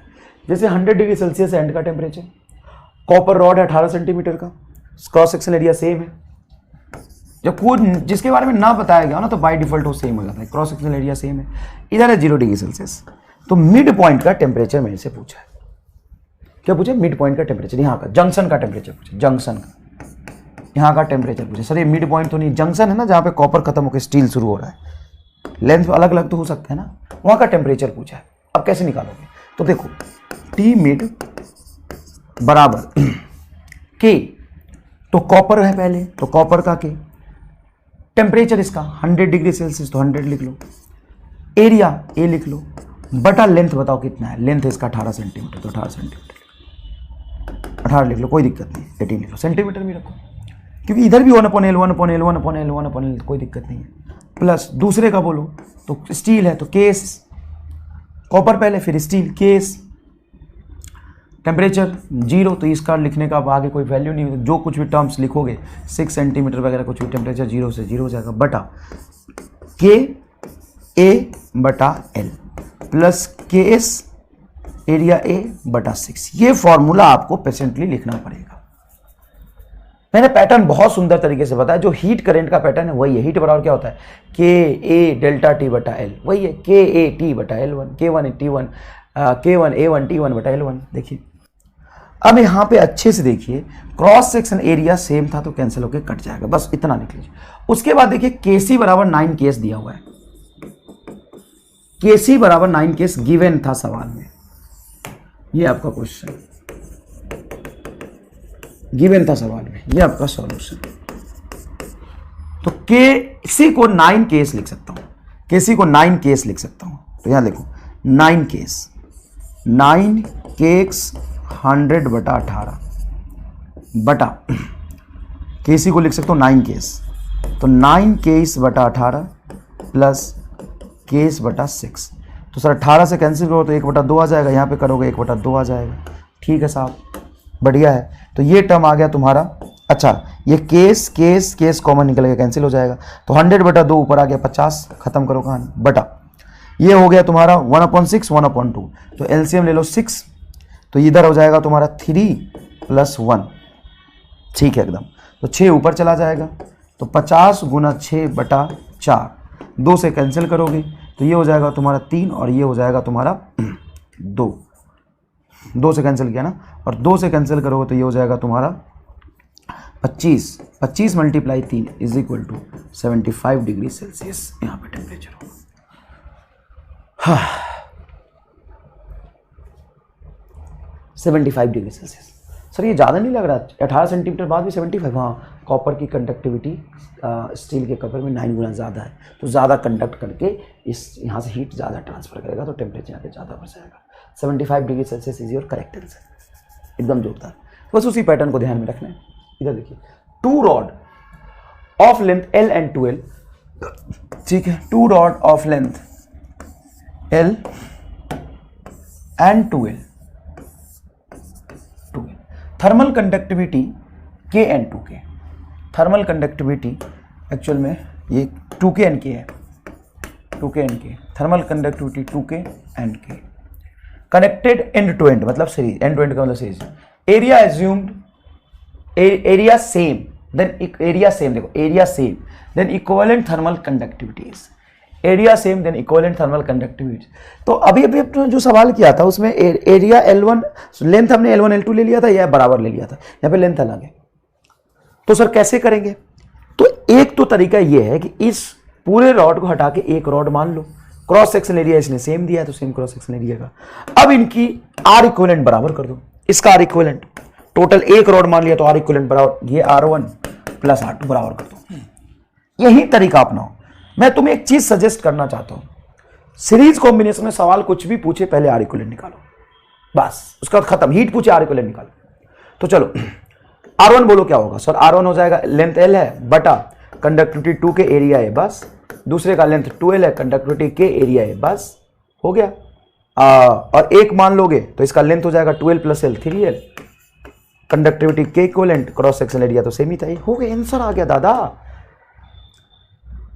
L L L A cancel, ये हो जाएगा 3 बटा के इक्विवेलेंट इज इक्वल टू, यहां से एलसीएम ले लो तुम 2K को, तो ऊपर आ जाएगा 1, ये 2 के एलसीएम लिया है, प्लस यहाँ पे एक ही था तो ऊपर हो जाएगा 4, तो के इक्विवेलेंट इज इक्वल टू आ जाएगा 2K प्लस 3, तो 6K बटा 5 is your correct answer. Very good, 6K by 5।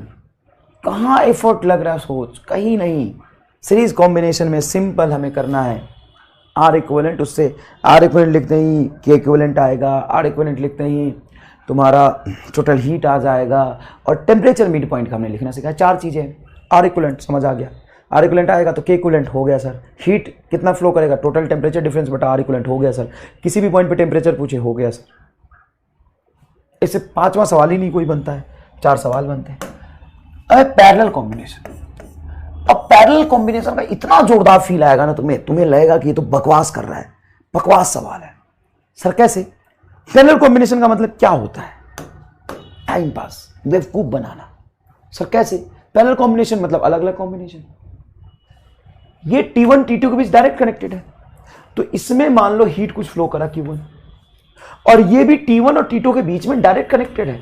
इसके कनेक्ट होने से इसका कोई फर्क नहीं पड़ रहा। मान लो ये नहीं है तो नीचे वाले से कितना हीट फ्लो कर रहा है Q2, अब है तो कितना हीट फ्लो करेगा Q2, क्योंकि बेटा इसकी जो लेंथ है L, इसका जो क्रॉस सेक्शन एरिया में A2 मान ले, तो लेंथ तो दोनों का सेम ही मानना पड़ेगा आगे के इक्विवेलेंट लिखने के लिए।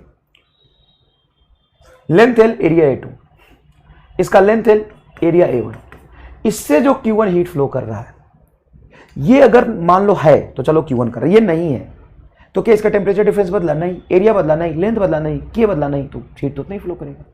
तो सर अगर टोटल हीट पूछे तो Q1 प्लस Q2। और वैसे भी याद करो पैरेलल कॉम्बिनेशन में करंट कैसे लिखते हो, तो दोनों का इंडिविजुअल करंट बराबर net current, I1 plus I2, हो गया काम खत्म। तो बड़ा आसान है। तो फिर हमें टोटल एक हीट करंट पूछेगा तो इंडिविजुअल जोड़ना। हाँ, अब इंडिविजुअल हीट करंट की वैल्यू देखो क्या होगी, Q बराबर Q1 की वैल्यू बोलो, तो इसका हीट करंट क्या होगा sir? Temperature difference directly T1 minus T2, conductivity K1 area A1 बटा लेंथ L, प्लस दूसरे का बोलो direct temperature difference T1 minus T2 K2 A2 बटा L, हो गया। K2 A2 बटा L हो गया। सर इसमें आर इक्विवेलेंट निकाल के फिर हीट नहीं निकालेंगे, नहीं, लेंदी हो जाएगा। डायरेक्ट हीट आ तो रहा है तो काहे पंगे ले रहा है? डायरेक्ट हीट ही तो आ गया तो पंगे क्यों ले रहा है? हीट इक्विवेलेंट आ गया। अब इसमें मिड पॉइंट के टेम्परेचर वाला सवाल ही नहीं बनेगा, क्योंकि तो अलग अलग है। अगर मिड पॉइंट पे टेम्परेचर निकालना है तो इस रॉड के कहीं मिड पॉइंट पे निकालना है तो यहाँ पे डिस्टेंस बता दो, तो फिर तो वही फॉर्मूला लगेगा जो मैंने पहले बताया। पैरेलल कॉम्बिनेशन है ना, तो सर इसमें हीट का रेशियो पूछ सकता है, Q1 बाई Q2 का सवाल बन सकता है कि दोनों को पैरेलल कॉम्बिनेशन में जोड़ दिया तो रेशियो ऑफ हीट फ्लो बताइए। तो रेशियो ऑफ हीट फ्लो में Q1 में देखो टेम्परेचर डिफरेंस और टेम्परेचर इसमें कैंसिल हो जाएगा, तो उधर Q1 में आ जाएगा K1 A1 बटा नीचे आ जाएगा K2 A2, 10 बस 10 बस बस बस रेशियो ऑफ हीट फ्लो ये पूछ सकता है। Sir series combination ratio of heat flow क्यों नहीं पूछा था? क्योंकि दोनों में हीट सेम फ्लो करेगा, सीरीज में। पैरेलल में तो अलग अलग करेगा, और दोनों का इंडिविजुअल सम नेट हीट के बराबर होगा। खत्म बेटा खत्म। अब इधर आर इक्विवेलेंट की बात की जाए तो आर इक्विवेलेंट बेटा ऐसे निकालोगे, पैरेलल कॉम्बिनेशन में R equivalent is equal to 1/R1 plus 1/R2। इसीलिए पैरेलल कॉम्बिनेशन आर इक्विवेलेंट निकालना है मुश्किल था, तो हीट के लिए हम आर इक्विवेलेंट का कंसेप्ट ही यूज नहीं किए। आर इक्विवेलेंट क्या होता है, तो R1 क्या होता है ये बताओ। तो R1 होता है तुम्हारा L, तो L देखो नीचे लिखा R1 तो नीचे L1, लेंथ दोनों का बराबर है वैसे ले लो L1, ऊपर में आ जाएगा K1 A1 plus K2 A2 बटा L2 नीचे है ना, बट आर इक्विवेलेंट लोगे तो आर इक्विवेलेंट आपका टोटल लेंथ, दोनों को एक रॉड मान लिया, दोनों को मिला के एक रॉड मान लिया, तो इसका लेंथ L, इसका लेंथ L, तो L ही रहेगा। क्रॉस सेक्शन एरिया ये वाला A1, ये वाला A2, तो नेट क्रॉस सेक्शन एरिया हो जाएगा A1 प्लस A2 और K इक्विवेलेंट हो जाएगा। तो आर इक्विवेलेंट की वैल्यू तो ये आ जाएगी, इसे लिखोगे तो नीचे L, ऊपर में आएगा K इक्विवेलेंट, ऊपर में आएगा फिर A1 प्लस A2। L से L कैंसिल हो जाएगा, लेंथ सेम है, तो K इक्विवेलेंट आपका आ जाएगा, बड़ा आसान है यार ये, K1 A1 plus K2 A2 बटा A1 प्लस A2, ये आएगा आपका K इक्विवेलेंट, ये आपका आएगा K इक्विवेलेंट। बताइए आपको समझ आया कि नहीं आया? एकदम अच्छे से, ये आपका आ गया K इक्विवेलेंट। कोई खास बात नहीं बेटा, कितना इजी और आसान है, समझने की कोशिश करिए, कितना इजी और आसान है, कितना इजी और आसान है, समझ आया अच्छे से? चलिए नेक्स्ट, K इक्विवेलेंट निकाल दिया। ये देखिए नीट 2017 का सवाल है, two rod A and B of different material are welded together as shown in figure. Their thermal conductivity are K1 and K2. Then thermal conductivity of the composite system of rod will be thermal conductivity. Concept सिखाया है बहुत जोरदार तरीके से, बहुत आराम से। Concept से करना है तो कंसेप्ट से कर लीजिए, नहीं तो आपको सिखाएंगे हम कुछ MR स्टार जो इस सवाल की ऐसी तैसी कर देगा, जो इस सवाल की ऐसी तैसी कर देगा।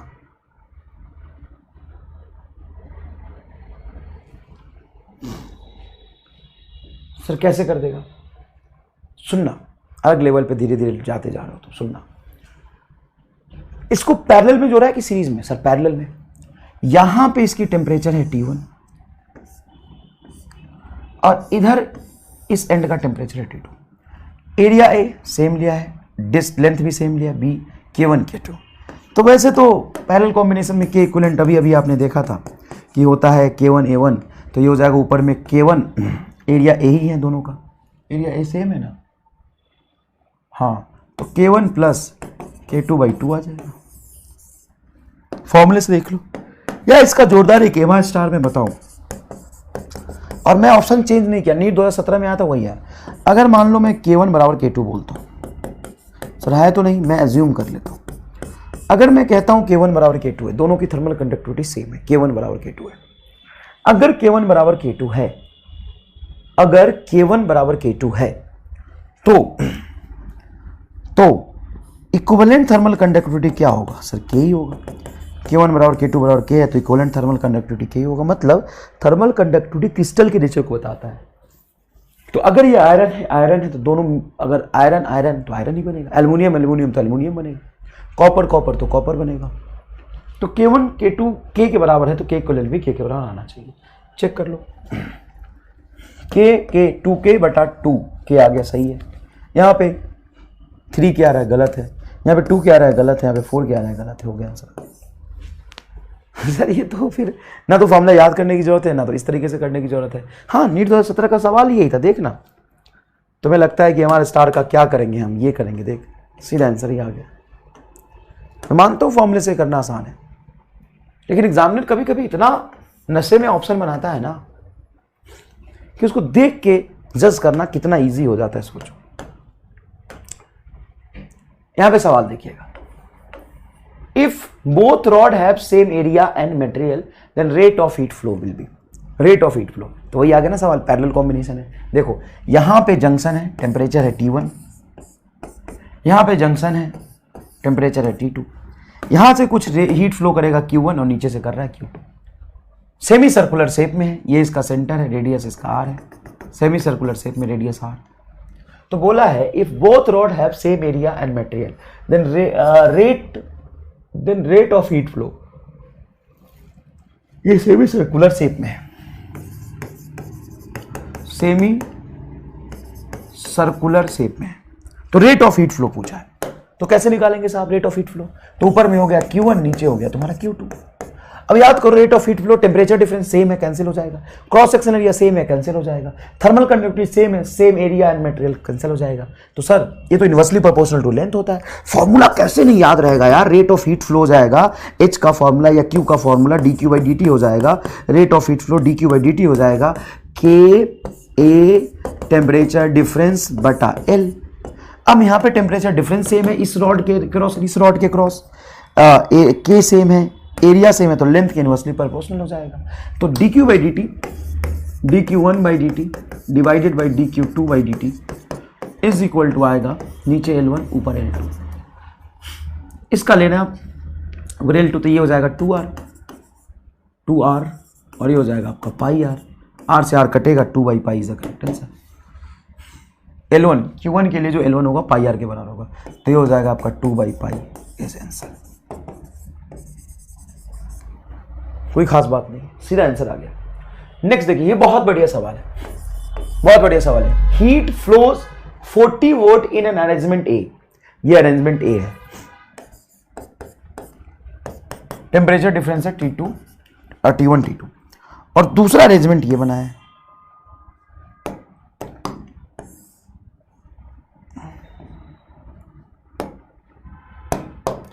बताता हूं बेटा, बताता हूं, चिंता मत करना। 3 रॉड लिया और 3 रॉड को यहां पे सीरीज में लगा दिया, एक एल्युमिनियम, कॉपर एंड एल्युमिनियम।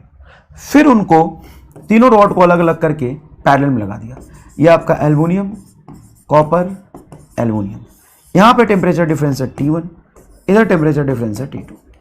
तो बोल रहा है if heat flows 40 what, rate of heat flows 40 what in arrangement A arrangement में 40 वोल्ट हीट फ्लोज कर रहा है इस तरीके से। Aluminium, copper, aluminium, temperature difference है T1 और इधर है T2। Find rate of heat flow in arrangement B as shown in figure, as B as shown. K of aluminium 200 and K of copper 400 volt, वही per metre per degree Celsius, of same dimension. Both rod have a same dimension, where both rod have a same dimension. लिख देता हूं यहां पे अच्छे से, where both rod have a same dimension।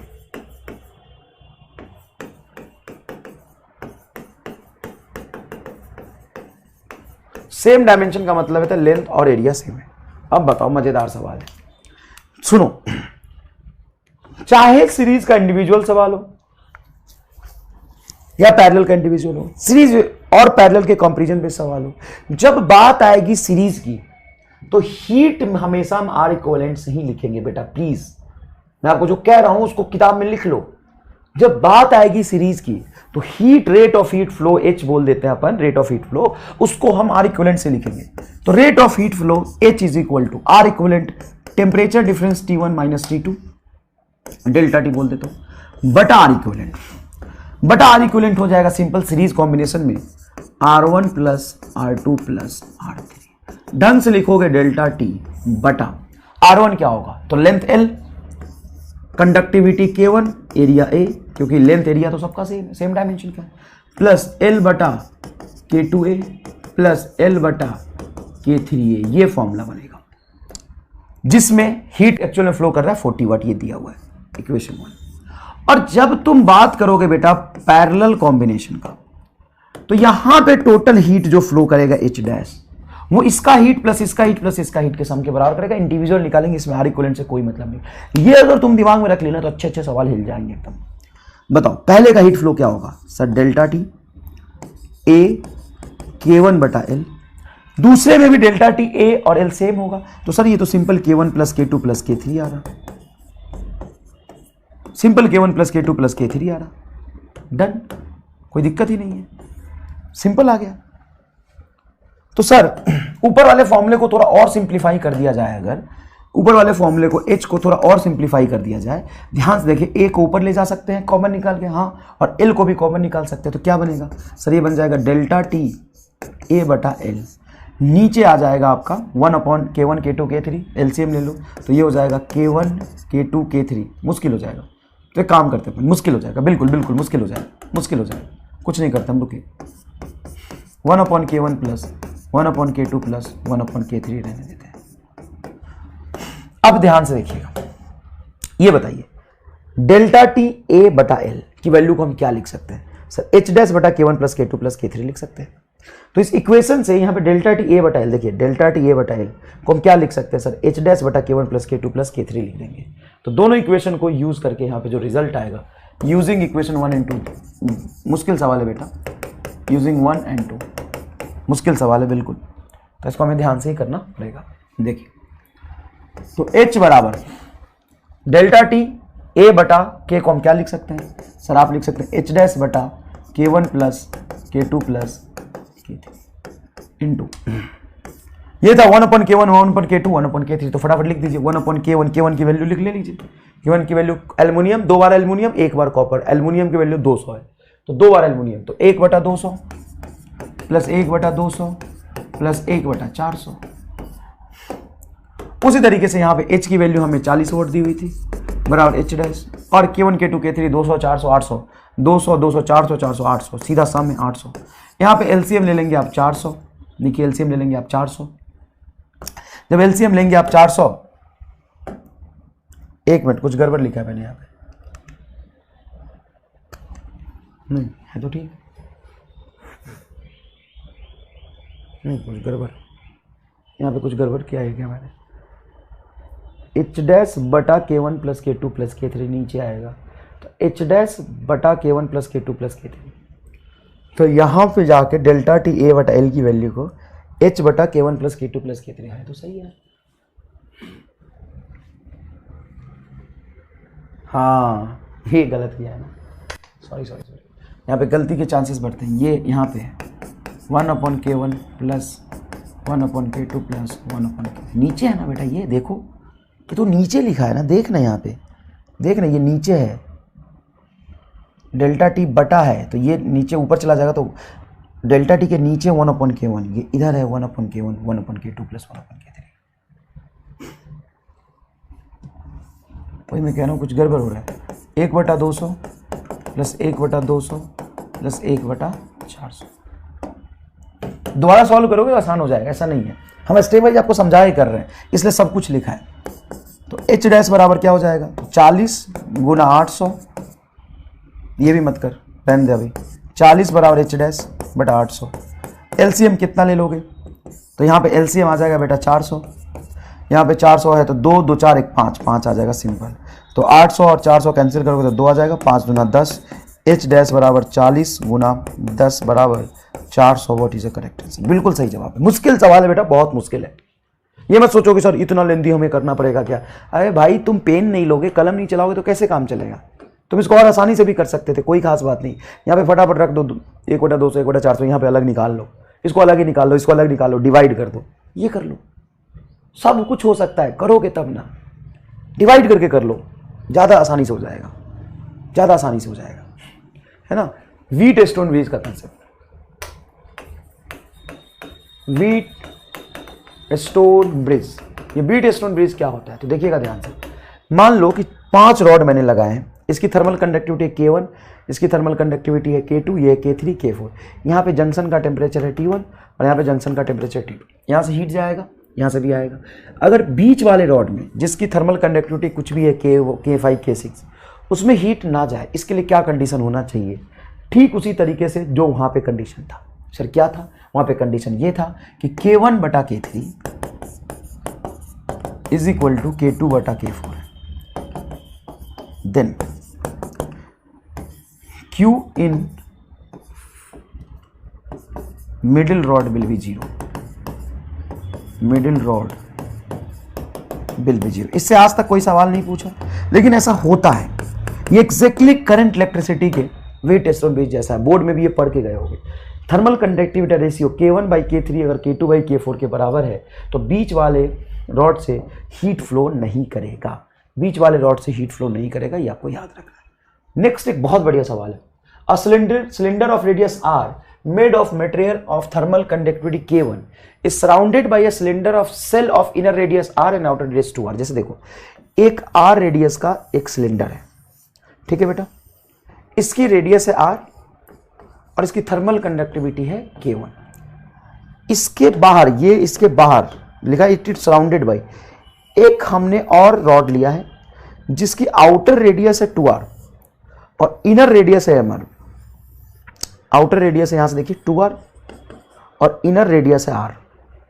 फिर से बनाता हूं मैं डायग्राम, तो फील आ गया होगा, इसमें कोई दिक्कत नहीं है। इसका इनर रेडियस r, इसके अंदर K1 वाली रॉड की मटेरियल डाल दी, मतलब दोनों पैरेलल में हो गया। देखो ना ऐसा है कि एक रॉड तो ये हो गया और इसके बाहर से दूसरा रॉड ये लगा, ये बाहर से दूसरा रॉड ये ऐसे रंग देता हूं तो तुम्हें समझ आएगा।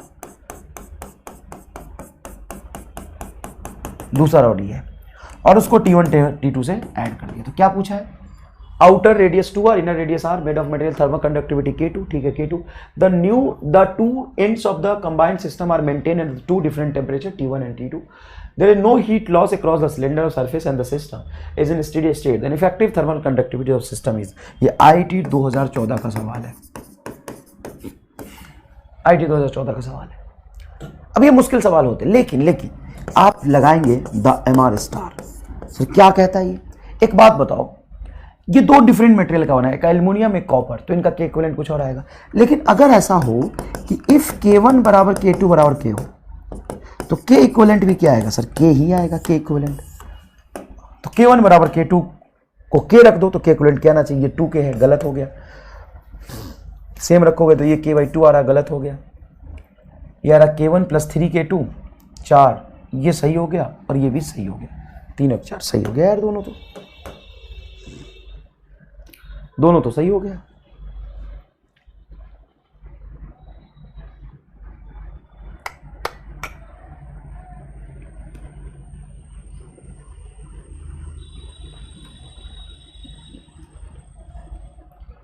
क्या सोच सकते हैं और?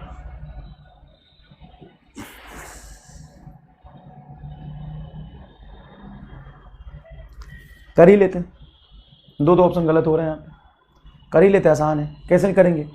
तो थर्मल कंडक्टिविटी के इक्विवेलेंट निकालने के लिए हम क्या लिख सकते हैं? 1/r इक्विवेलेंट, r इक्विवेलेंट से निकलेगा 1/r1 + 1/r2। पैरेलल कॉम्बिनेशन तो ये लिखोगे ना, ये और ये पैरेलल है, बड़े आराम से बेटा एक लाइन का कैलकुलेशन है। 1/r1 बोलो क्या होगा? r1 हो जाएगा, जहां r है वहां पे लेंथ l, दोनों का लेंथ सेम ही होगा l, ऊपर में एरिया, तो इसका एरिया हो जाएगा πr² into thermal conductivity K1। ये तो हो गया R1 पूरा का पूरा। हमें R1 में क्या चाहिए? L/K प्लस दूसरे का लेंगे तो दूसरे का लेंथ L, एरिया हो जाएगा 3πr² इंटू K2। कैसे? तो इसका क्रॉस सेक्शन एरिया लोगे तो ये रेडियस है 2r, तो 4πr² में से ये तो है ही नहीं, इसका एरिया घटा दो तो 3πr² is equal to r equivalent लिखो तो लेंथ तुम्हारा L, एरिया एक मान लिया पूरे को तो ये हो जाएगा 4πr² इंटू के इक्वलेंट। L से L कैंसिल होगा, एक ही लाइन का सवाल है यार। पाई से पाई कैंसिल होगा, r² से r² कैंसिल होगा, तो के इक्वलेंट क्या बचा? तो इधर बचा सिर्फ K1, उधर बचा 3K2/4, K1 + 3K2/4, K1 + 3K2/4। हम लॉजिक से दो ऑप्शन गलत हो रहे, इसका तो फील आया ना तुम्हें? K equivalent is equal to K1 + 3K2/4, answer आ गया। बहुत इजी है। Next is Newton's law of cooling, बहुत इजी है बेटा, और इस पे नीट 2021 में भी सवाल आए, नीट 21 में भी एक छोटा सा सवाल आया। कैसे करते हैं सुनो। न्यूटन्स लॉ ऑफ कूलिंग क्या कहता है? ये कहता है, हालांकि ये रेडिएशन का पार्ट है लेकिन छोटा सा टॉपिक है, इसको अपन पहले करा देते हैं, कि किसी भी हॉटर बॉडी से हीट रेडिएट होके जो उसका टेम्परेचर कम होगा वो उसके टेम्परेचर डिफरेंस के प्रोपोर्शन होता है। जैसे तुमने देखा होगा बड़े बड़े होटल्स में या मूवी में जब चाय पिलाते हैं तो चाय में पहले से चीनी नहीं डालते, चाय डाल देते हैं, शुगर का पैकेट्स होता है या कप में शुगर होता है अलग से, तो शुगर को बाद में डाल के मिलाते हैं। ऐसा क्यों? क्या रीज़न है? इसका रीज़न ये है कि जब आप पहले शुगर मिला दोगे ना तो चाय जल्दी ठंडा हो जाएगा, क्योंकि पहले ही शुगर मिला के ले आओगे ना तो चाय जल्दी ठंडा हो जाएगा। कैसे? देखो, जैसे मान लो चाय की टेम्परेचर है 90 डिग्री सेल्सियस, तुमने शुगर वगैरह मिला के ले आए और रूम टेम्परेचर 30 डिग्री सेल्सियस, तो टेम्परेचर डिफरेंस क्या हो गया सर? 60 degree Celsius. तो rate of cooling is directly proportional to the temperature difference. जितना ज़्यादा टेम्परेचर डिफरेंस होगा ना उतना ज़्यादा रेट ऑफ कूलिंग होकर जल्दी जल्दी ठंडा हो जाएगा। और अगर तुम पहले ही 90 डिग्री पे चाय लाए और तुमने उसमें चीनी अब मिलाया, चीनी मिलाया तो इसकी टेम्परेचर हो गई तुम्हारी 70 डिग्री सेल्सियस, और रूम टेम्परेचर 30 डिग्री सेल्सियस, तो टेम्परेचर डिफरेंस हो गया 40। तो अब रेट ऑफ कूलिंग हो गया तुम्हारा 40 डिग्री सेल्सियस। जैसे एक और बात बताता हूं। जैसे तुमने मान लिया कि ये एक्सपेरिमेंटली प्रूफ है, तुम्हें लगेगा कि सर ऐसे कैसे, बट जब 90 पे था तो ठंडा ठंडा होते होते कभी तो 70 भी पहुंचेगा, लेकिन रेट ऑफ कूलिंग पहले ही उसकी डिसाइड हो जाएगी टेम्परेचर डिफरेंस से। जितना ज्यादा टेम्परेचर डिफरेंस रहेगा ना, उतनी जल्दी जल्दी ठंडा होते हुए भागता हो जाएगा। 90 है तुम्हारा कप का टेम्परेचर और 30 है तुम्हारा रूम टेम्परेचर, तो रेट ऑफ कूलिंग 60 पे डिफाइन हो जाएगा, दफ्तार में भागता हुआ आएगा। लेकिन तुम उसको पहले 70 कर दो तो 70 और 30 में डिफरेंस कम हो जाएगा, तो धीरे धीरे ठंडा होगा। रेट ऑफ कूलिंग पहले टेम्परेचर डिफरेंस से डिफाइन हो जाता है, तो बहुत तेजी में ठंडा होता हुआ आता है। मैं तुम्हें एक बताता हूं, केस बताता हूं। मान लो तुमने ठंडा का मौसम है, एक बाल्टी पानी गर्म किया नहाने के लिए, 100 डिग्री सेल्सियस पे खौलता हुआ पानी, चले मतलब 90 पे 80 पे किया, एकदम गर्म पानी किया नहाने के लिए, और तुम्हारे किसी दोस्त का फोन आ गया, तो उस गर्म पानी को वैसे ही छोड़ के चले जाओगे और आधे घंटे बाद आके नहाओगे, तो तुम एकदम चिल्ड में ठंडा हो जाएगा। लेकिन अगर तुम्हारे दोस्त का फोन आ गया, अगर तुम उसमें थोड़ा और नॉर्मल पानी मिला दो, उसका टेम्परेचर नॉर्मल छोड़ के जाओ, तो उसका रेट ऑफ कूलिंग धीरे धीरे हो जाएगा, मतलब धीरे धीरे ठंडा हो जाएगा। Rate of cooling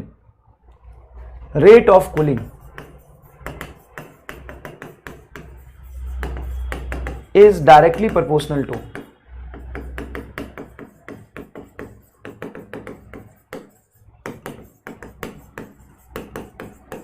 temperature difference. जितना ज्यादा टेम्परेचर डिफरेंस होता है ना, उतनी जल्दी जल्दी चीजें ठंडी होती है। ये तो समझ कम से कम। मान ले 30 डिग्री रूम टेम्परेचर है, 100 डिग्री टेम्परेचर पे तुम्हारा कप है, तो वहां पे जल्दी जल्दी ठंडा हो रहा होगा, हीट जल्दी जल्दी लूज करेगा, टेम्परेचर जल्दी डाउन होगा। और मान ले 40 डिग्री सेल्सियस रूम टेम्परेचर और 30 डिग्री सेल्सियस रूम टेम्परेचर और कप का टेम्परेचर 50 है, तो 50 से नीचे आने में टेम्परेचर में टाइम लगेगा। जैसे मैं ये बोलूं, if room temperature is 30 degree Celsius and cup का टेम्परेचर 90 डिग्री सेल्सियस।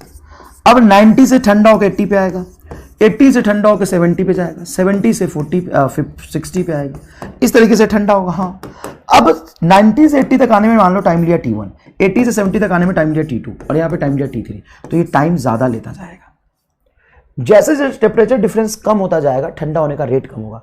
तो 90 से 80 तक आने में टाइम लेगा अगर वो T1, तो अगले 80 से 70 तक टाइम T2 वो ज्यादा लेगा उतना ठंडा होने में, और उतना ही टाइम बढ़ता जाएगा। और तुम्हें मैं बता दूं, अगर 50 तक आया, 40 तक आया और फिर 30 तक आया, तो 40 से 30 तक आने में जो भी टाइम लगेगा ना, ये T4 मान ले और ज्यादा होगा, ये T5 और ये T6 होगा ना, वो बहुत ज्यादा होगा, इनफाइनिटली लार्ज होगा T1 के कंपेयर में।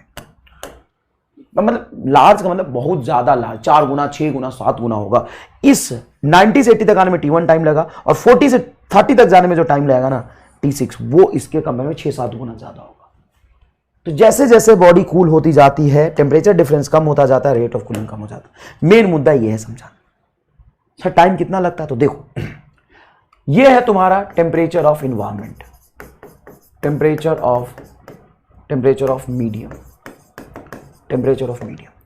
तो अगर टेम्परेचर थीटा से रिप्रेजेंट किया, T1 से T2 तक आने में टाइम लगता है स्मॉल t, तो फॉर्मूला होता है T1 minus T2 by T is equal to K, T1 plus T2 by 2 average temperature minus environment का टेम्परेचर, जहां पे K है न्यूटन्स कांस्टेंट, जिसकी वैल्यू हमें रखने की जरूरत नहीं है क्योंकि ये कंपैरिजन बेस्ड सवाल आता है।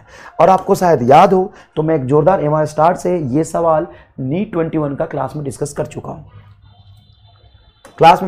चुका हूं, नीट 21 का सवाल, और ये नीट 16 में भी पूछा था। एक ही ऑप्शन लॉजिक से सही आ रहा था, उसमें बोला था कि अगर 70 से 60, एग्जांपल ले रहा हूं, मुझे एग्जैक्ट याद नहीं है, टाइम लगता है T, तो 60 से 40 तक कितना टाइम लगेगा? तो ऑब्वियस सी बात है इस टाइम के डबल का भी ज्यादा थोड़ा सा, और एक ही ऑप्शन में था, वो सही था।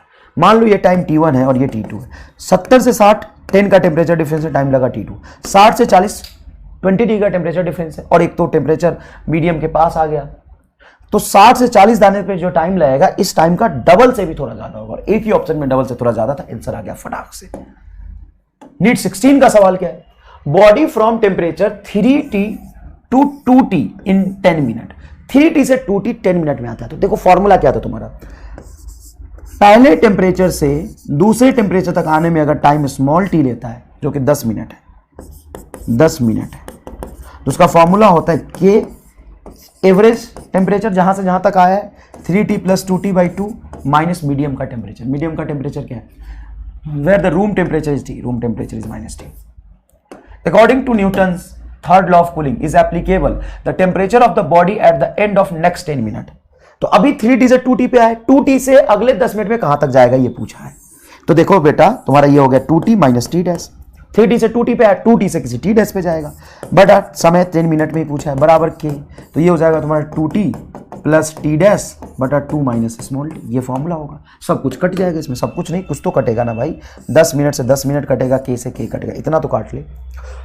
3T - 2T बताओ ऊपर क्या बनेगा सर, T बनेगा ऊपर, और नीचे क्या बनेगा, तो ऊपर सिंपल T बनेगा, नीचे बनेगा 2T - T dash is equal to, ये होगा तुम्हारा 3T + 2T 5T/2, 5T/2 - T, तो 3T/2, 3T/2 बटा यही होगा ना